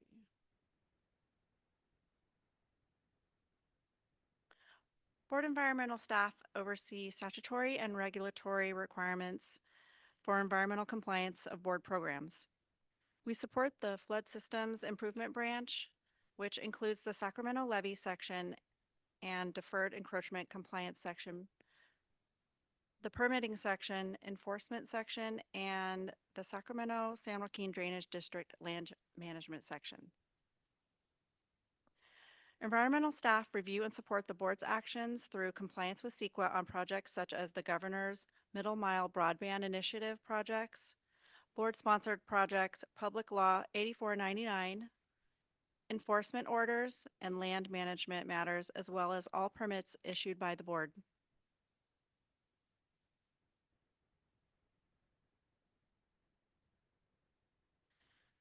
This slide shows the diversity of workload that the environmental section completes in support of the operations branch. Board environmental staff, or to date, the board has taken 64 discretionary actions for these 5 categories. Board environmental staff have filed 45 CEQA notices related to permit issuance, shown in purple. The board has approved 3 no project findings, which include primarily permit issuance for name changes, 5 enforcement actions, and filed 11 CEQA comment letters with the state clearinghouse.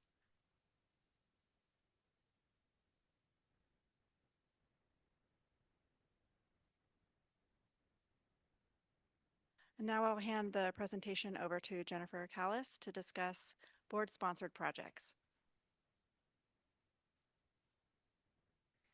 Thank you, Angela.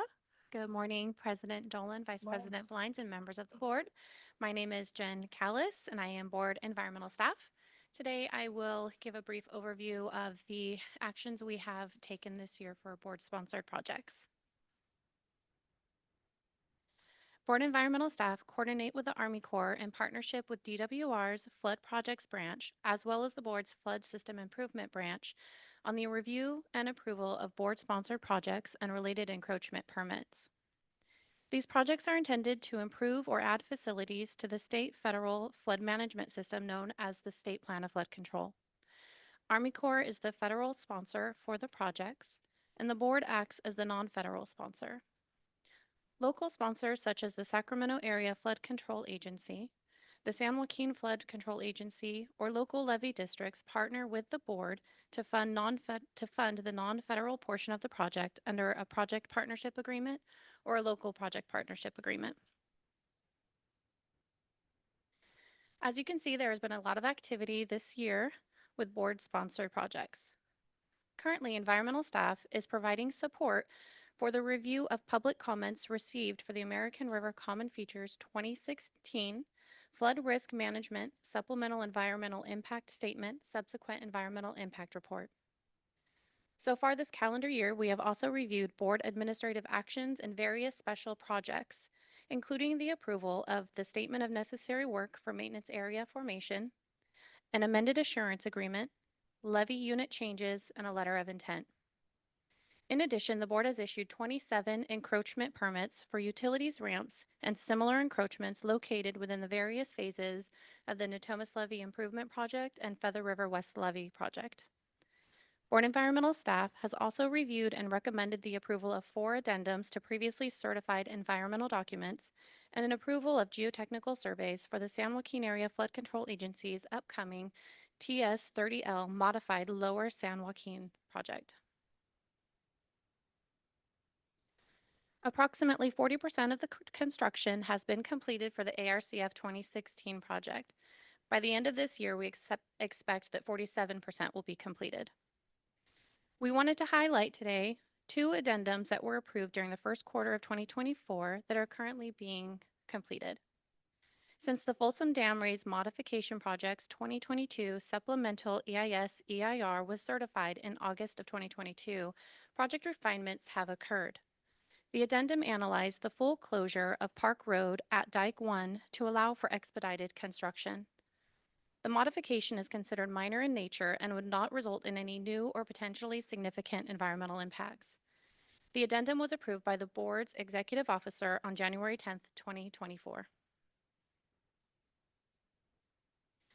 The Supplemental Environmental Assessment Initial Study for the Marysville Ring Levee Phases 2B and 3 project was adopted June 28, 2019, and the Supplemental EAIS for the Marysville Ring Levee Phases 2B and 3 utility relocation was adopted February 26, 2021. Since adoption of these documents, project design refinements have occurred to the construction timeline and the borrow site locations. The executive officer approved the addendum, which was prepared in accordance with CEQA on March 11, 2024. And now I will pass it off to Jordan Robbins.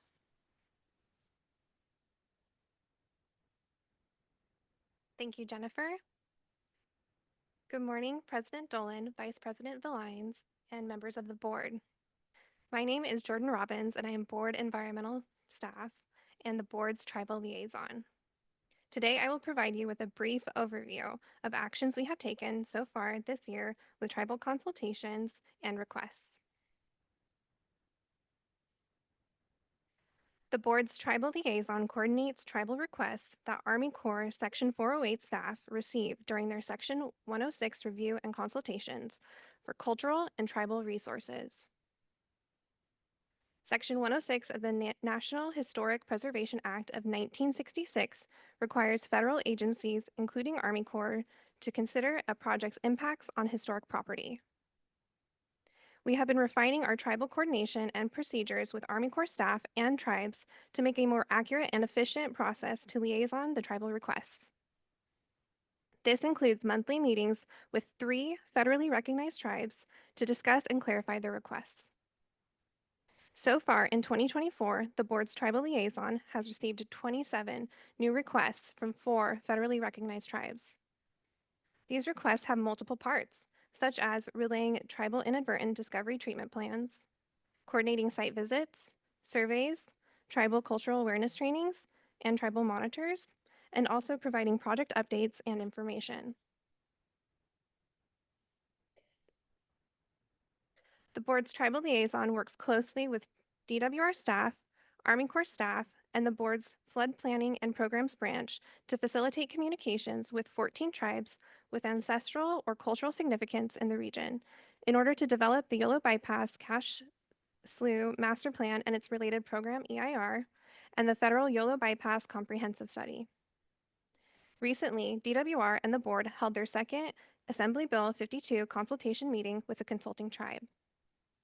Additionally, tribal representatives from several tribes have joined and participated in the April YBCS Partnership Workshop and 2 hybrid YBCS Administrative Draft Master Plan comment review sessions in June. As a result of tribal requests received from the AB 52 consultation meeting and both comment review sessions in June, DWR and the board are hosting 2 hybrid tribal workshops in July to review the YBCS Administrative Draft Master Plan and draft recommendations. One of the tribal workshops was held on July 9th, and the next one is planned for July 31st.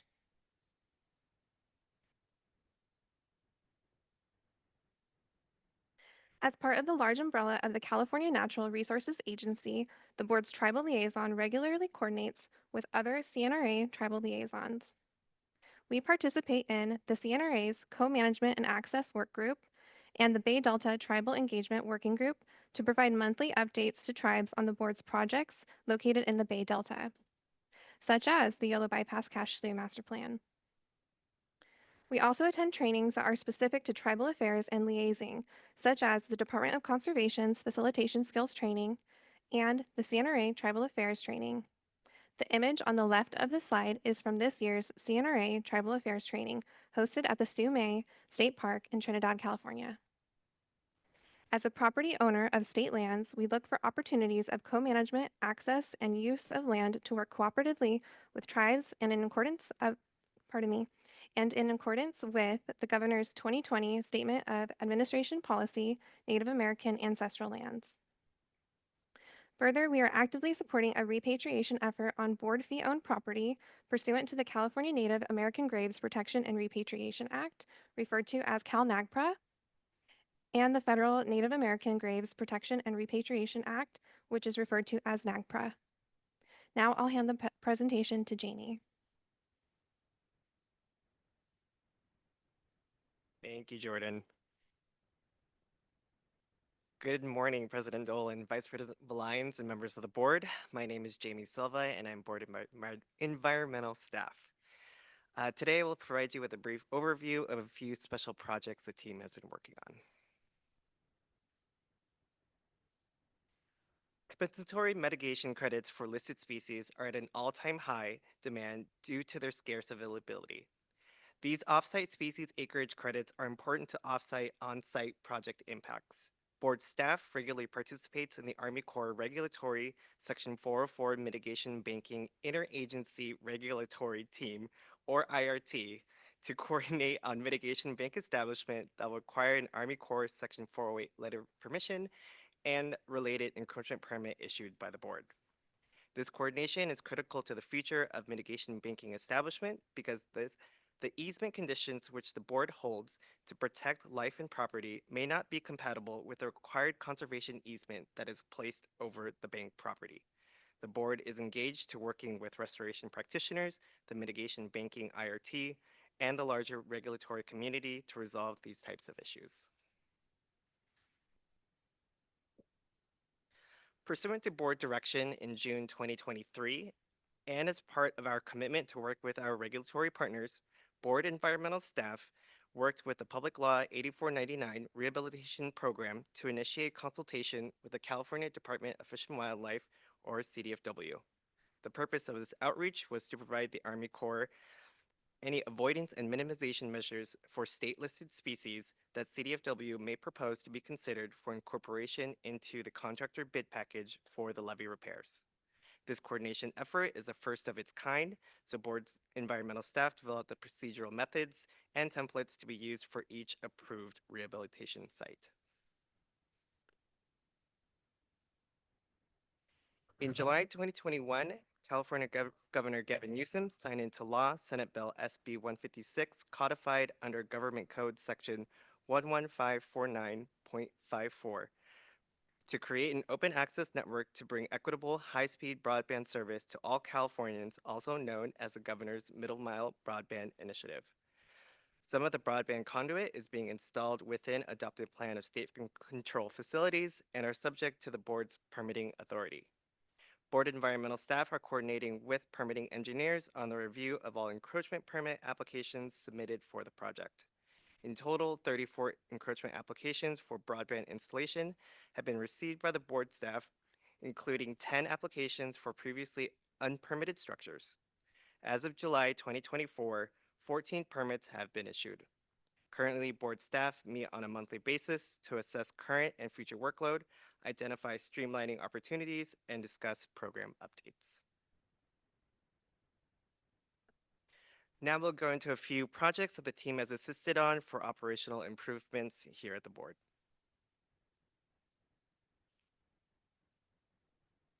Board environmental staff has participated with the larger permit application portal effort to not only revamp the application's environmental assessment form to meet our needs better, but have also worked with DWR IT staff to update the board's database to allow for more efficient record keeping. This will allow more functionality and flow as board staff moves to their environmental completeness and compliance reviews.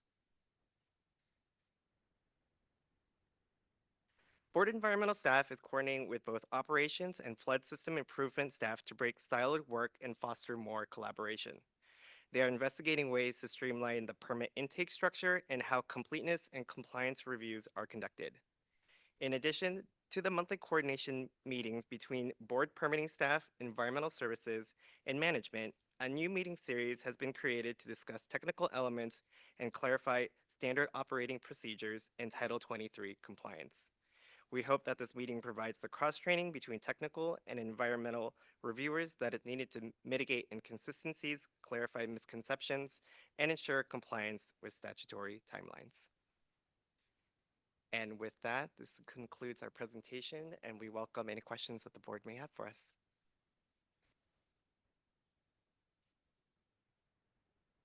And then I'll call my colleagues. Where is that?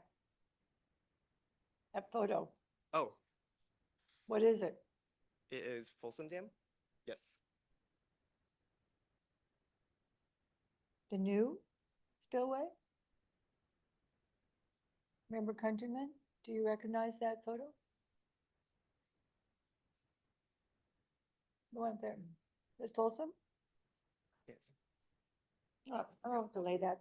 On slide 21, you talk about the board's encroachment permit portal, Yes. and the access for that is by an email and a password. So can anyone do that?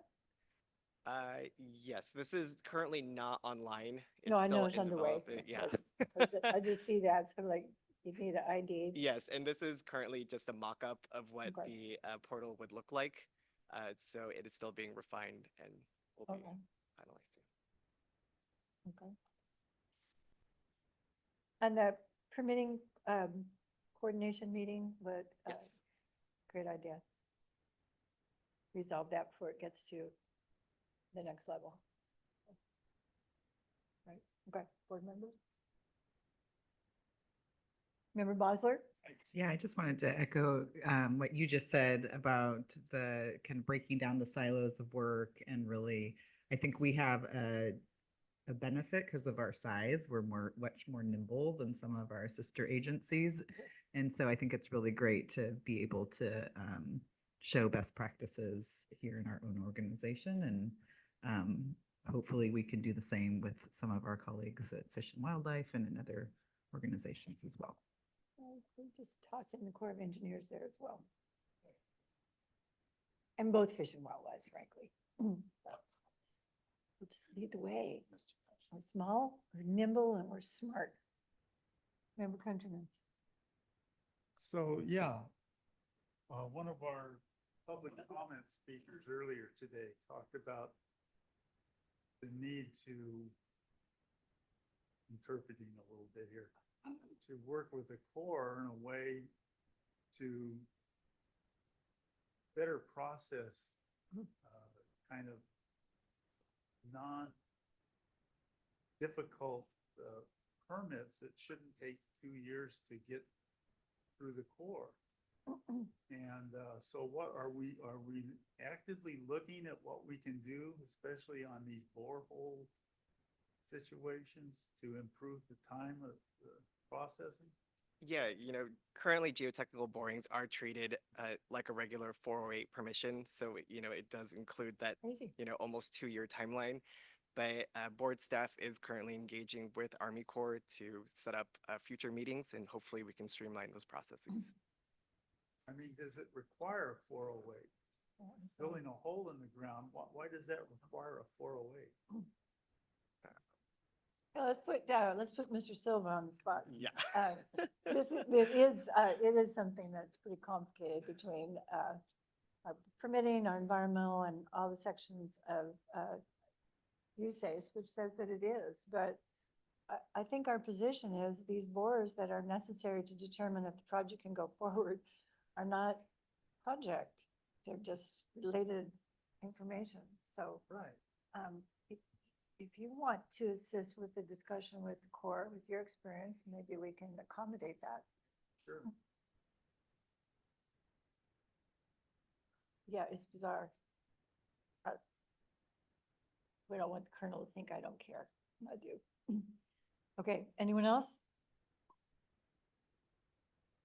Nice. How many of you got to go over to the coast?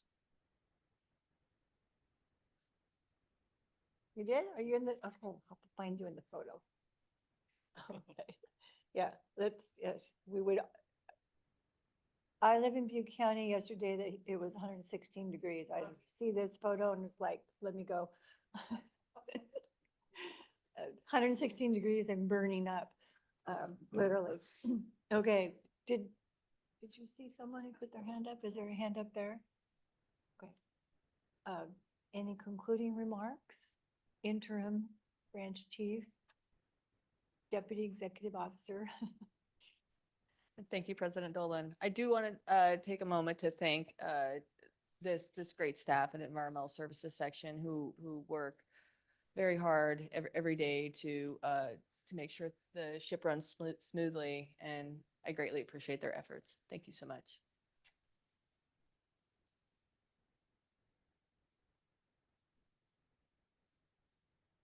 The board associates your remarks with them. When you provide these briefings and we understand the breadth and depth of what you do, it's pretty amazing coming from 4 of you. Maybe we can. I'll associate myself with that also. Thank you. And I can imagine sometimes it might be an interesting feeling to come up and make a presentation like this and not get a lot of feedback. It might just be that we think it's great and it was very clear. So thank you. Maybe the next presentation, and we can invite some of the other agencies on how we can coordinate and communicate and move things forward appropriately. Certainly our environmental section is not against environmental protection. Do a great job. Thanks very much. All right. No hands up. We can move on. You tell me, you poke me when it's noon, would you please? Gently. Okay. Thank you. Item number 11, staff activity reports. We received written reports of each of our divisions and branches. So we received the executive officer report the evening before our meetings. So there it is. Thank you for that. Operations branch, we have that. We also received email to and an email back between board member Countryman and Mr. Wright. So appreciate that you always put those in writing. I do these handwritten things. Mr. Wright can never read it. So I guess I need to learn how to type. So it's good. Keep us on, everyone on toes. But the reports are great. And then we have our engineer member who can clarify some of them through questions. Flood system improvement branch. Is that the one that Zubair is in now? So that's the one that Zubair Dosu is now in. Is that you, Mr. Harvey? Okay. I always have to look to see whose are these. Environmental services, we just heard that part. Land management division will be at subsequent meeting. Flood planning and programs. Oh, it's a division. It's a branch. It's a branch now. Who wrote the agenda and said division? It's my fault. Okay. Everything else has been mine. Okay, anyone want to make comments on those? We were being silly over here, the two of us. Sorry about that. Board Member Johnson. Yeah, thank you. So this is in a way a little bit of a follow-on to President Dolan reminding us and our audience who the people are behind the various reports. And so Chris, I have an idea for you to consider, which is to include names in the reports. We see a lot of them and we'll say staff did this or staff did that. And others that are, full on passive voice. This was done, that was done, this thing happened. And, nothing was just done, right? Unless somebody did it, right? And it seems to me that those people deserve recognition and being seen, and it provides more transparency for us to our constituents and accountability and understanding to do it that way. And so I would ask you to consider that and use your judgment about exactly how it may or may not be necessary to rewrite every sentence so to list everybody who went to a meeting or something. But some of the section headers for the people and where it really was somebody who did something, I would say that.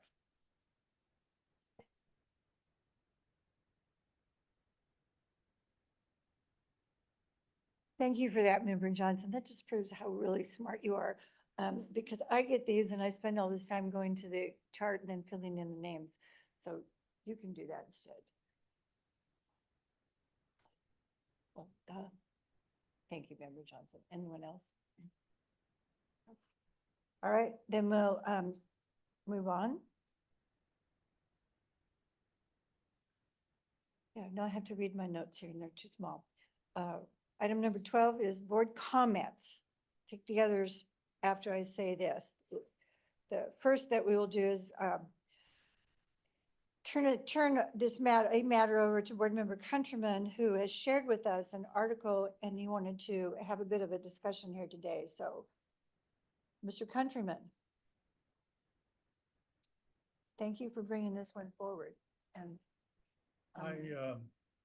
you know, as you all know, I'm a civil engineer and I get the monthly civil engineering ASCE, American Society of Civil Engineers magazine, and this article that I shared with you all on stationarity, on the, you know, computing statistical frequency events and flows, all of those computations, everything is based on stationarity. That is, the database isn't changing.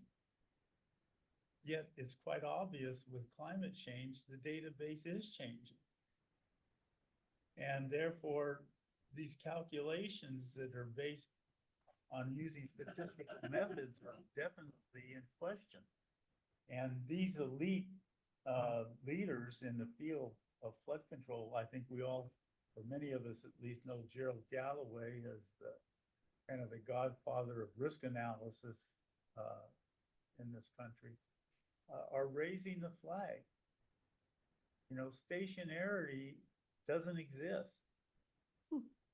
We need to find an alternative to stationarity, and this is what I've sort of been preaching if the, you know, in different workshops on the board, on the plan updates and so forth, is my concern about this, that use of statistical methods in a changing society, not society, but a changing atmosphere and conditions, I don't believe makes sense. And I'm working hard, and Brian and I are going to be meeting, a virtual meeting with Romaine and the staff on this topic of how they're calculating the plan update. And I want to feel comfortable that what they're doing makes sense. And so I'm going to continue to pursue this issue of not using statistical methods in an unstationary situation that we have, and to find alternatives. And the kind of alternatives I'm thinking of is a design flood based on historical events, not the historical events. We wouldn't want to do that. But you start with that base and create, you know, a larger event that would be like a baseline event, like for the people in San Joaquin that want to, you know, build their project.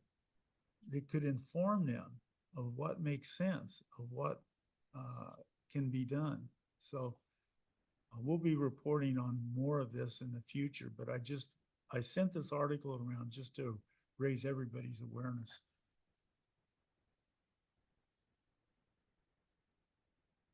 Board Member Countryman, thank you for flagging that. I'm equally interested in this, coming at it from a very different direction, you know, from Joe, not being an engineer, but being, you know, a policy person and a law person. And I remember well the article, and it's been a while now, Stationarity is Dead, you know, that was quoted here. It made its way around, you know, not just to people like you, but also to people like me. And I've been wondering for a while how far we've come in terms of actually having better answers than we did when it was declared dead. So I'm looking forward to hearing more about how we would go about, you know, setting standards the way you describe. I mean, it's interesting that right around the time that article came out, the legislature was also readopting and reconfiguring our board, and, you know, reestablished using 100-year and 200-year events as a metric. But I don't know that, I'm actually confident the legislature didn't say exactly what that means. You know, it implies that the method from before stationarity died, you know, where you're backward looking, but it could also be some other forecast of what a future looking 100 or 200-year event, you know, might look like.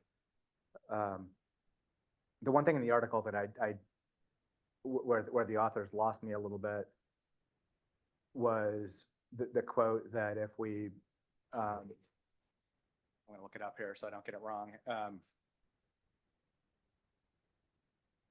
if the future can't be reliably forecast, then it should not be tried. I'm not sure what that means. And there are other statements in there about, not, counting on probabilistic risks. But I think in order to make decisions, we have to have a sense of what the standard is and also some best assessment of what the probability is that flows would hit that standard. Otherwise, you can't use it for anything. And so these are the questions that I'll be asking as we go forward. Yes, I respond. Yes, It's, Member Countryman. yeah, you're absolutely right. The question is, what can we do to narrow the uncertainty of the estimate?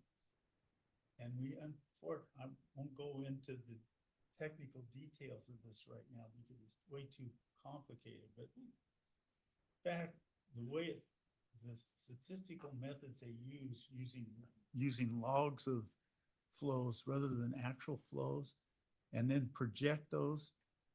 Anybody who's worked with logarithms knows that whatever error there was, you're multiplying it by 10 by using logs when you extrapolate these flows. So I think there's ways to minimize that error, and we'll be talking about that. Mr. Countryman, Member Johnson, when you say we will be talking about that, well, With this meeting we're oh, okay. And that's the climate analysis part of DWR for the plan? Yeah. Yes. Yeah, the uncertainty is certainly upon us. And I certainly know and appreciate that you bring up the 1957 profiles being incredibly outdated every time something occurs. Because it is.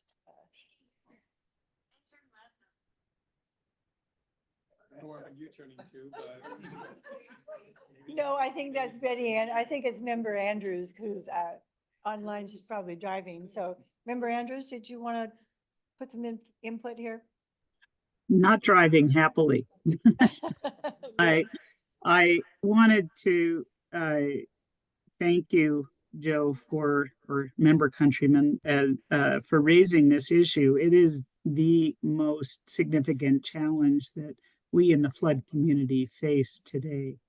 And it is one that challenges us in part because it relies in some part on human behavior, which no one can predict very well.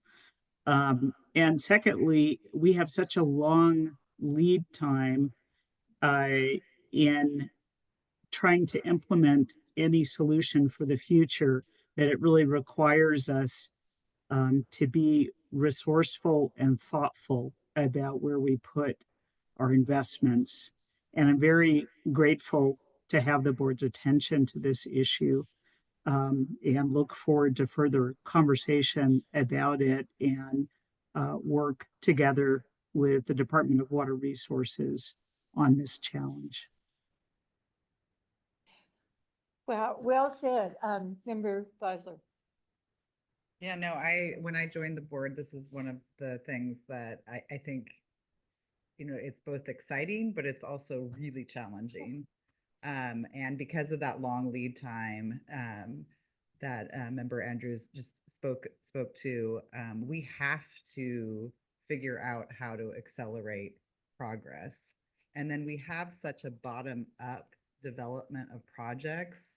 And even in our state plan of flood control, there's a lot of we need to be able to transmit what we know out to the field so that people can be using that data now to inform projects, because decisions could be different now if there was the information. And so I know DWR has worked a lot and has gotten some recent investments in science and modeling capabilities. And I would love the opportunity for us to be a place that is able to help disseminate that information to locals so that we all can benefit from it. It's still going to be really hard and challenging. And we will especially need the federal government's alignment on many of our projects that are joint.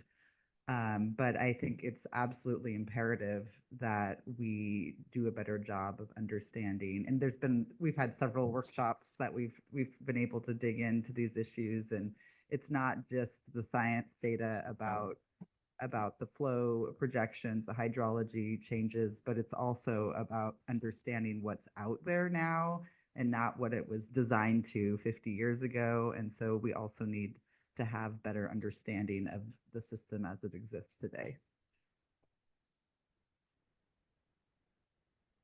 Thank you. Any other board members?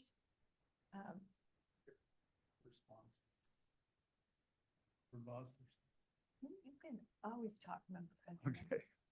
Just let me know when you want to. At our coordinating committee meeting earlier this week, this issue came up. Yeah. And if we think about the San Joaquin Basin, for instance, in my way of thinking and looking at it, New Don Pedro Reservoir is a key element in reducing the flood risk along the San Joaquin. So by having something like a design flood or something of that nature, that could be taken and looked at the reservoir, what needs to be done to it to make it more efficient, to be able to reduce the flows. If that's where the big majority of the flows that threaten Stockton come from, is out of the Tuolumne River.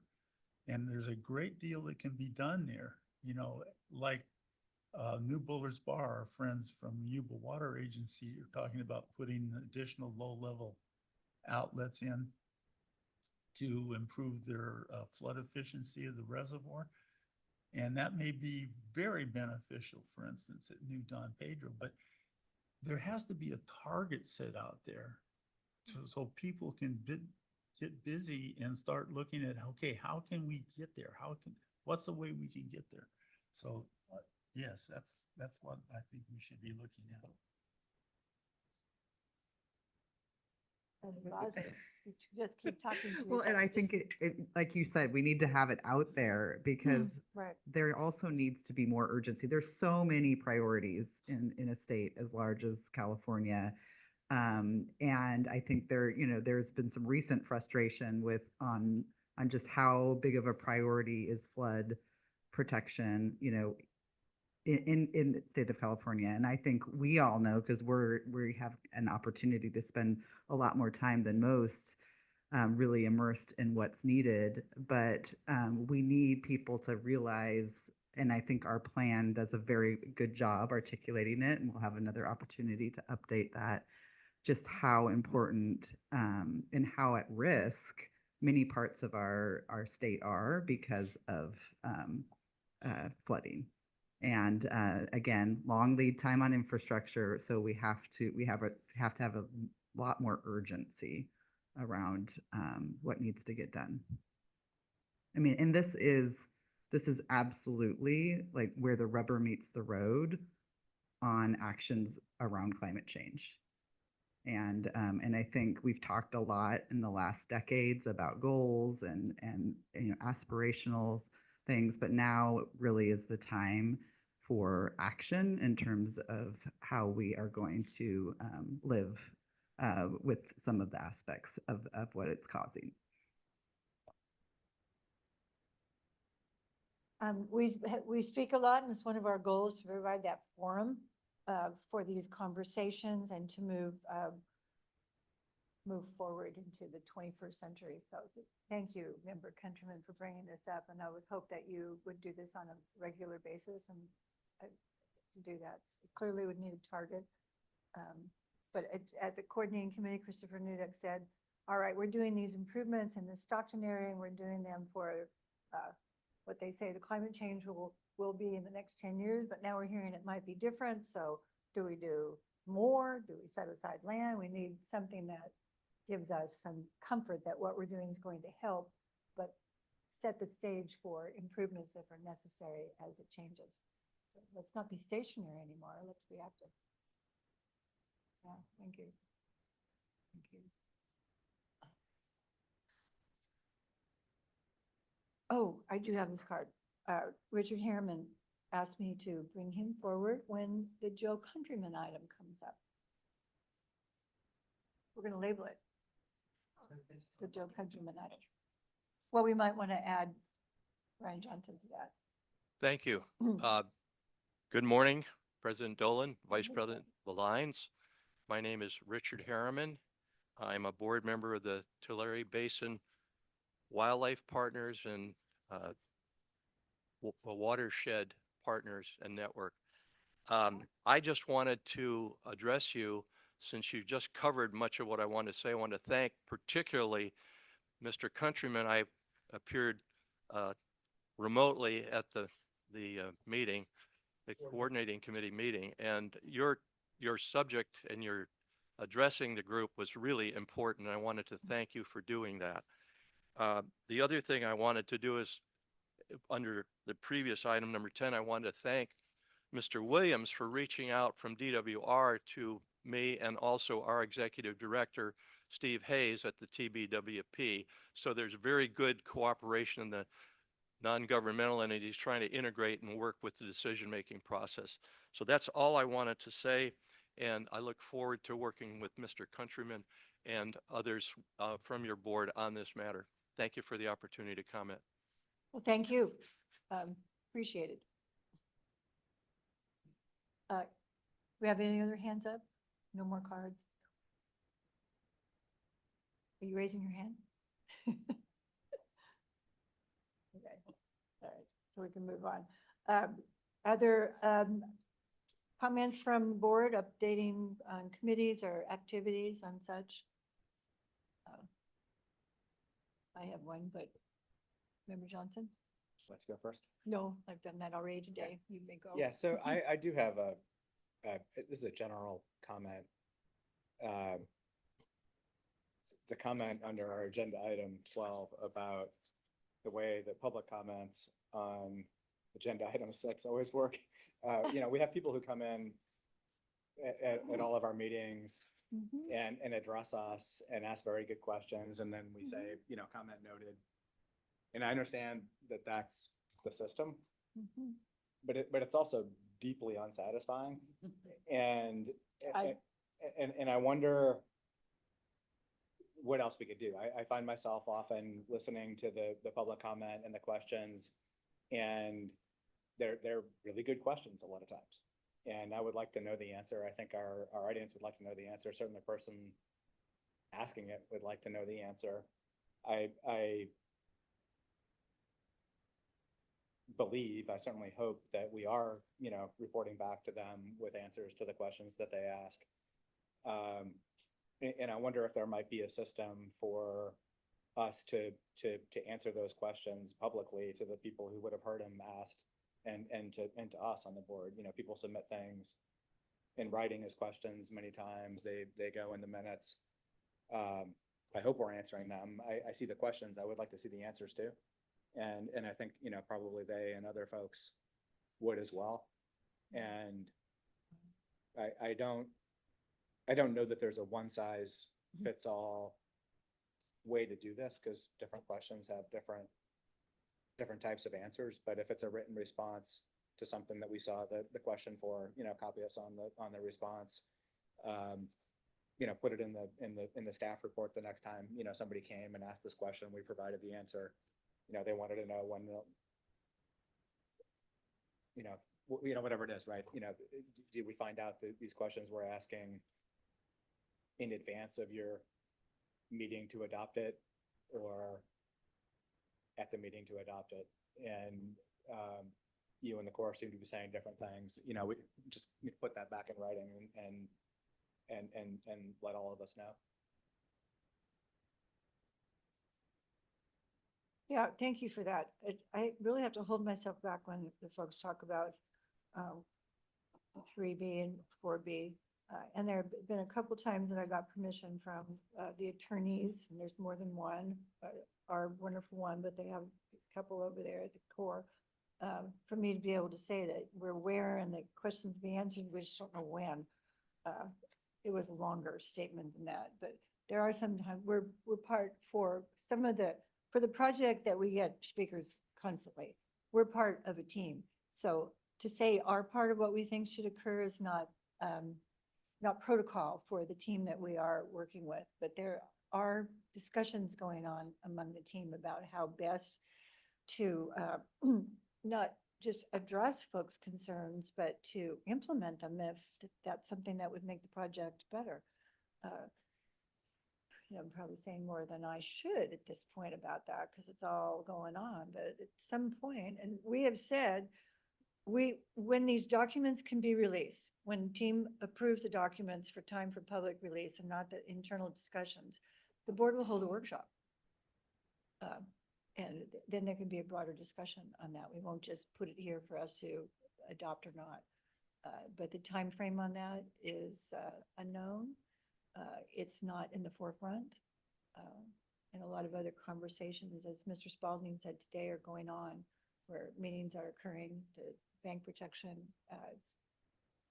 Committee, which is probably something that, in this public meeting, we should probably see what they are talking about. I didn't even know there was one of those. So many things, but yeah. So. Mr. Dewey, you're gonna tell me to stop talking? Actually, no, but I was going to, is this Actually, yes. working? I don't know if people can hear me. But I did want to respond to Board Member Johnson's observation and partly request. I would note that it is the board's practice. Chief Engineer Michael Wright and I were just talking as you were speaking, that we do take notes of public comments and usually follow up. And obviously, depending on the type of comment or request, there's a level of response that we can give sometimes. It is more fulfilling than others, but that is a practice that we can take, and it's a good, we actually were just talking about, that's something that we should probably add to our staff activity reports, so the board is aware that those Good items idea. were followed up on, those comments were followed up on, and staff has reached out to the commenters. Well, we heard Mr. Spalding say thank you for responding there. Okay, I just at this point want to say it's noon and Board Member Andrews needs to leave the meeting. But we'll continue. But you're still up there, Betty, so it's noon, but I made the announcement. You can still stay there, you can leave, it's your choice. Oh, she's gone. All right. Thank you, Jean, for that. Yeah. That makes sense to me. And I mean, it's an opportunity for us. One of the great values to the way we're set up relative to some agencies is we have public meetings and people can come and talk to us, and we can give answers. And the system is set up for that type of opportunity for the public. It's a way for folks to know what the state is up to and to bring us things, and we should use it. Thank you.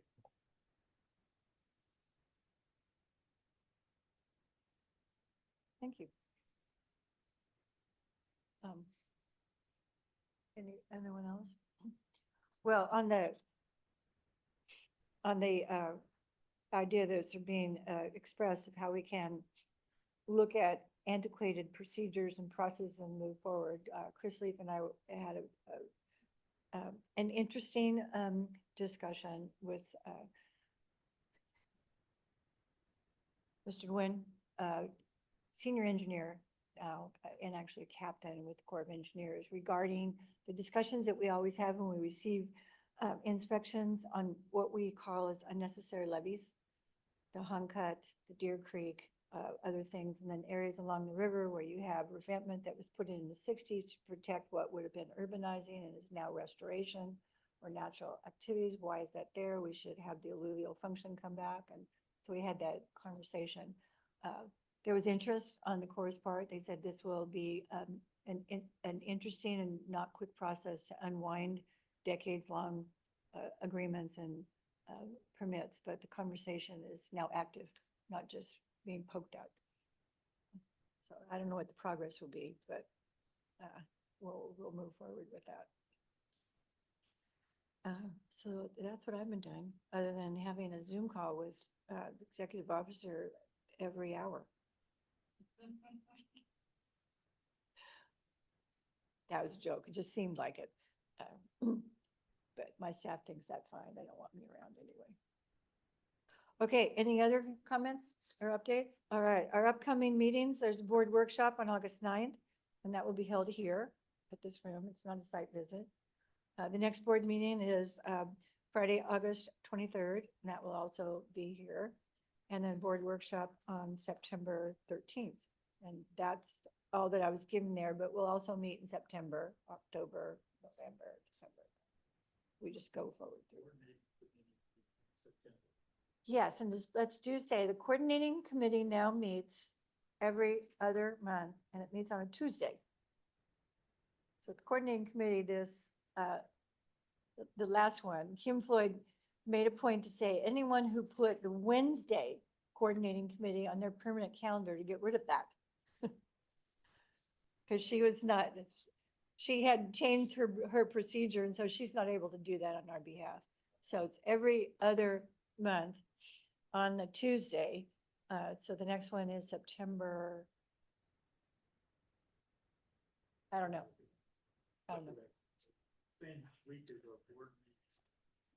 Okay, so it's the fourth Tuesday of the month. Okay. Anything else before we recess our public meeting? Okay. Then we are going to have a closed session.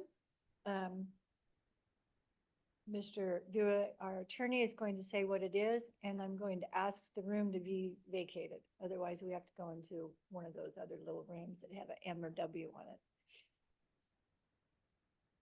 Mr. Dua, the subject matter is what? No. Working on it? Thank you, President Dolan. Today's closed session will be held pursuant to Government Code Section 11126, subdivision E2B I, which authorizes the board to hold closed session to confer with its legal counsel relative to pending or anticipated or potential litigation involving the board. Okay, we make that announcement publicly, but we will recess so that we can discuss it privately. Do we expect any announcement or deliberation notes at the end? We do not expect to report anything out at the conclusion of closed session. Okay, and we don't know how long it will be, but I'm pretty sure, I guarantee we'll come back and I will say, we have nothing to report, we're adjourned, but we aren't just yet. So the board will recess to closed session. And thank you all. Stop the Zoom meeting. Um,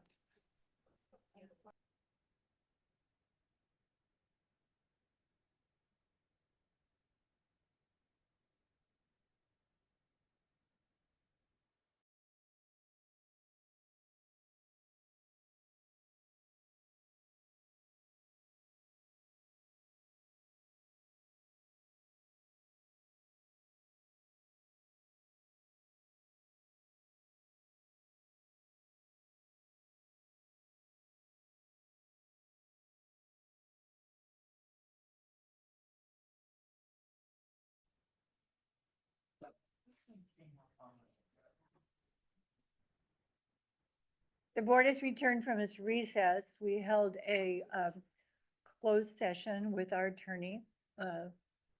And he had announced what the factor was, and we had a good discussion, but we took no action, and we have nothing to report other than we had the meeting. So thank you all. Meeting adjourned.